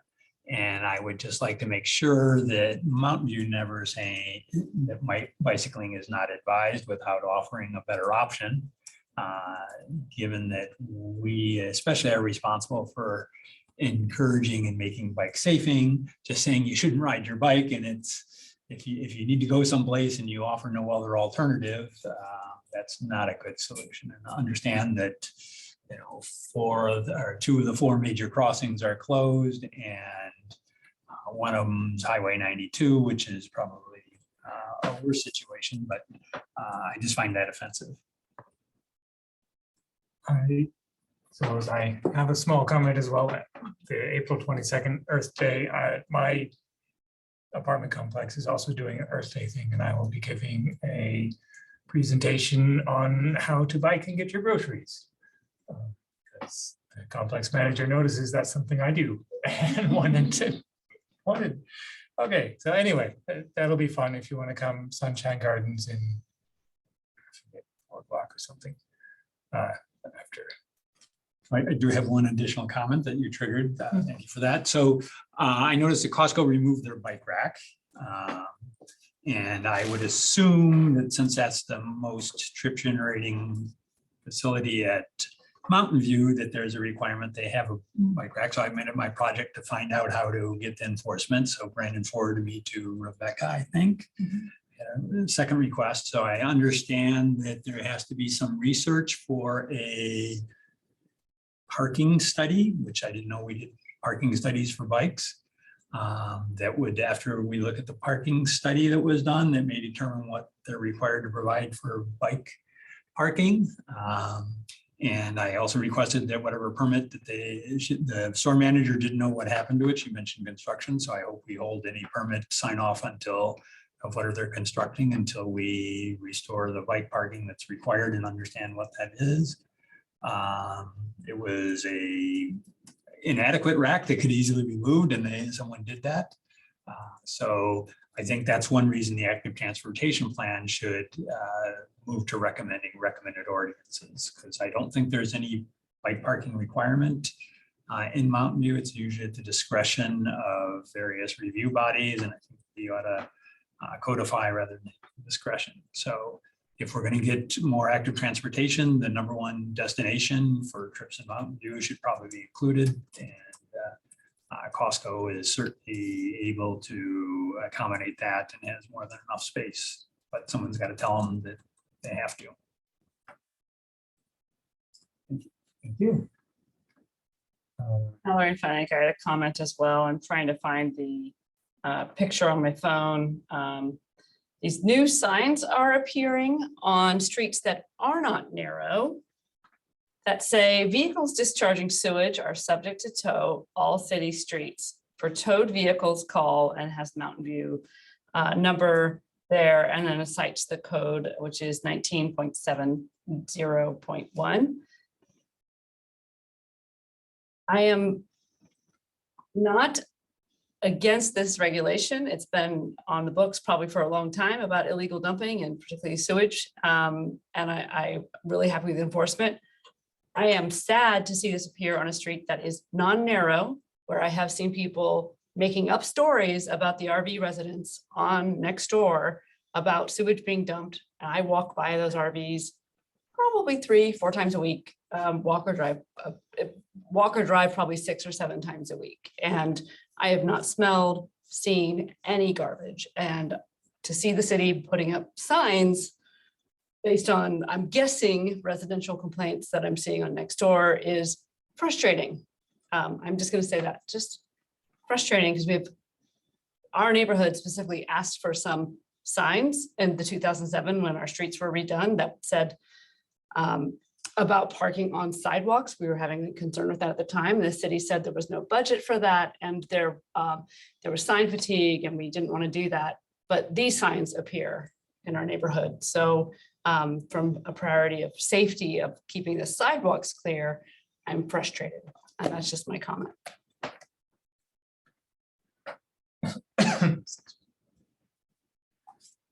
Thank you. There being no other committee comments, we will move to item number 8, which is set date and time for next meeting. And the next meeting will be held Wednesday, April 26th at 6:30 p.m. That's all we're doing for this item, I assume. Then we move to item 9, which is calendar. Which I don't exactly know what I'm supposed to do with the calendar. Oh, as printed, just a note that on the 27th, we're going to meet downstairs. Okay.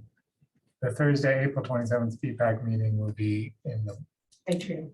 In the one we were in before, or in the one that we were before, the atrium. Okay, that's all the atrium. Same time. Same time, 6:30. And then the next day, very next day, again, a meeting here in this room. Other way around. 26, we're meeting here, sorry. The special meeting, we're meeting downstairs. It says Thursday, April 27th is a special meeting on my little thing. Yeah. Yes. And that will be downstairs. And then the next day we are meeting. Which is, oh, sorry, yes, Wednesday comes before Thursday. Oh, There's nothing exciting on Thursday because that room is small. I see. It's June 28th. I saw 27 and 28. And now my confusion is on the permanent record. Okay, now let's move to item number 10, which is adjournment. Thank you. Thank Well you. run meeting. Thank you. Great job, child. Sharing your High second fire. meeting.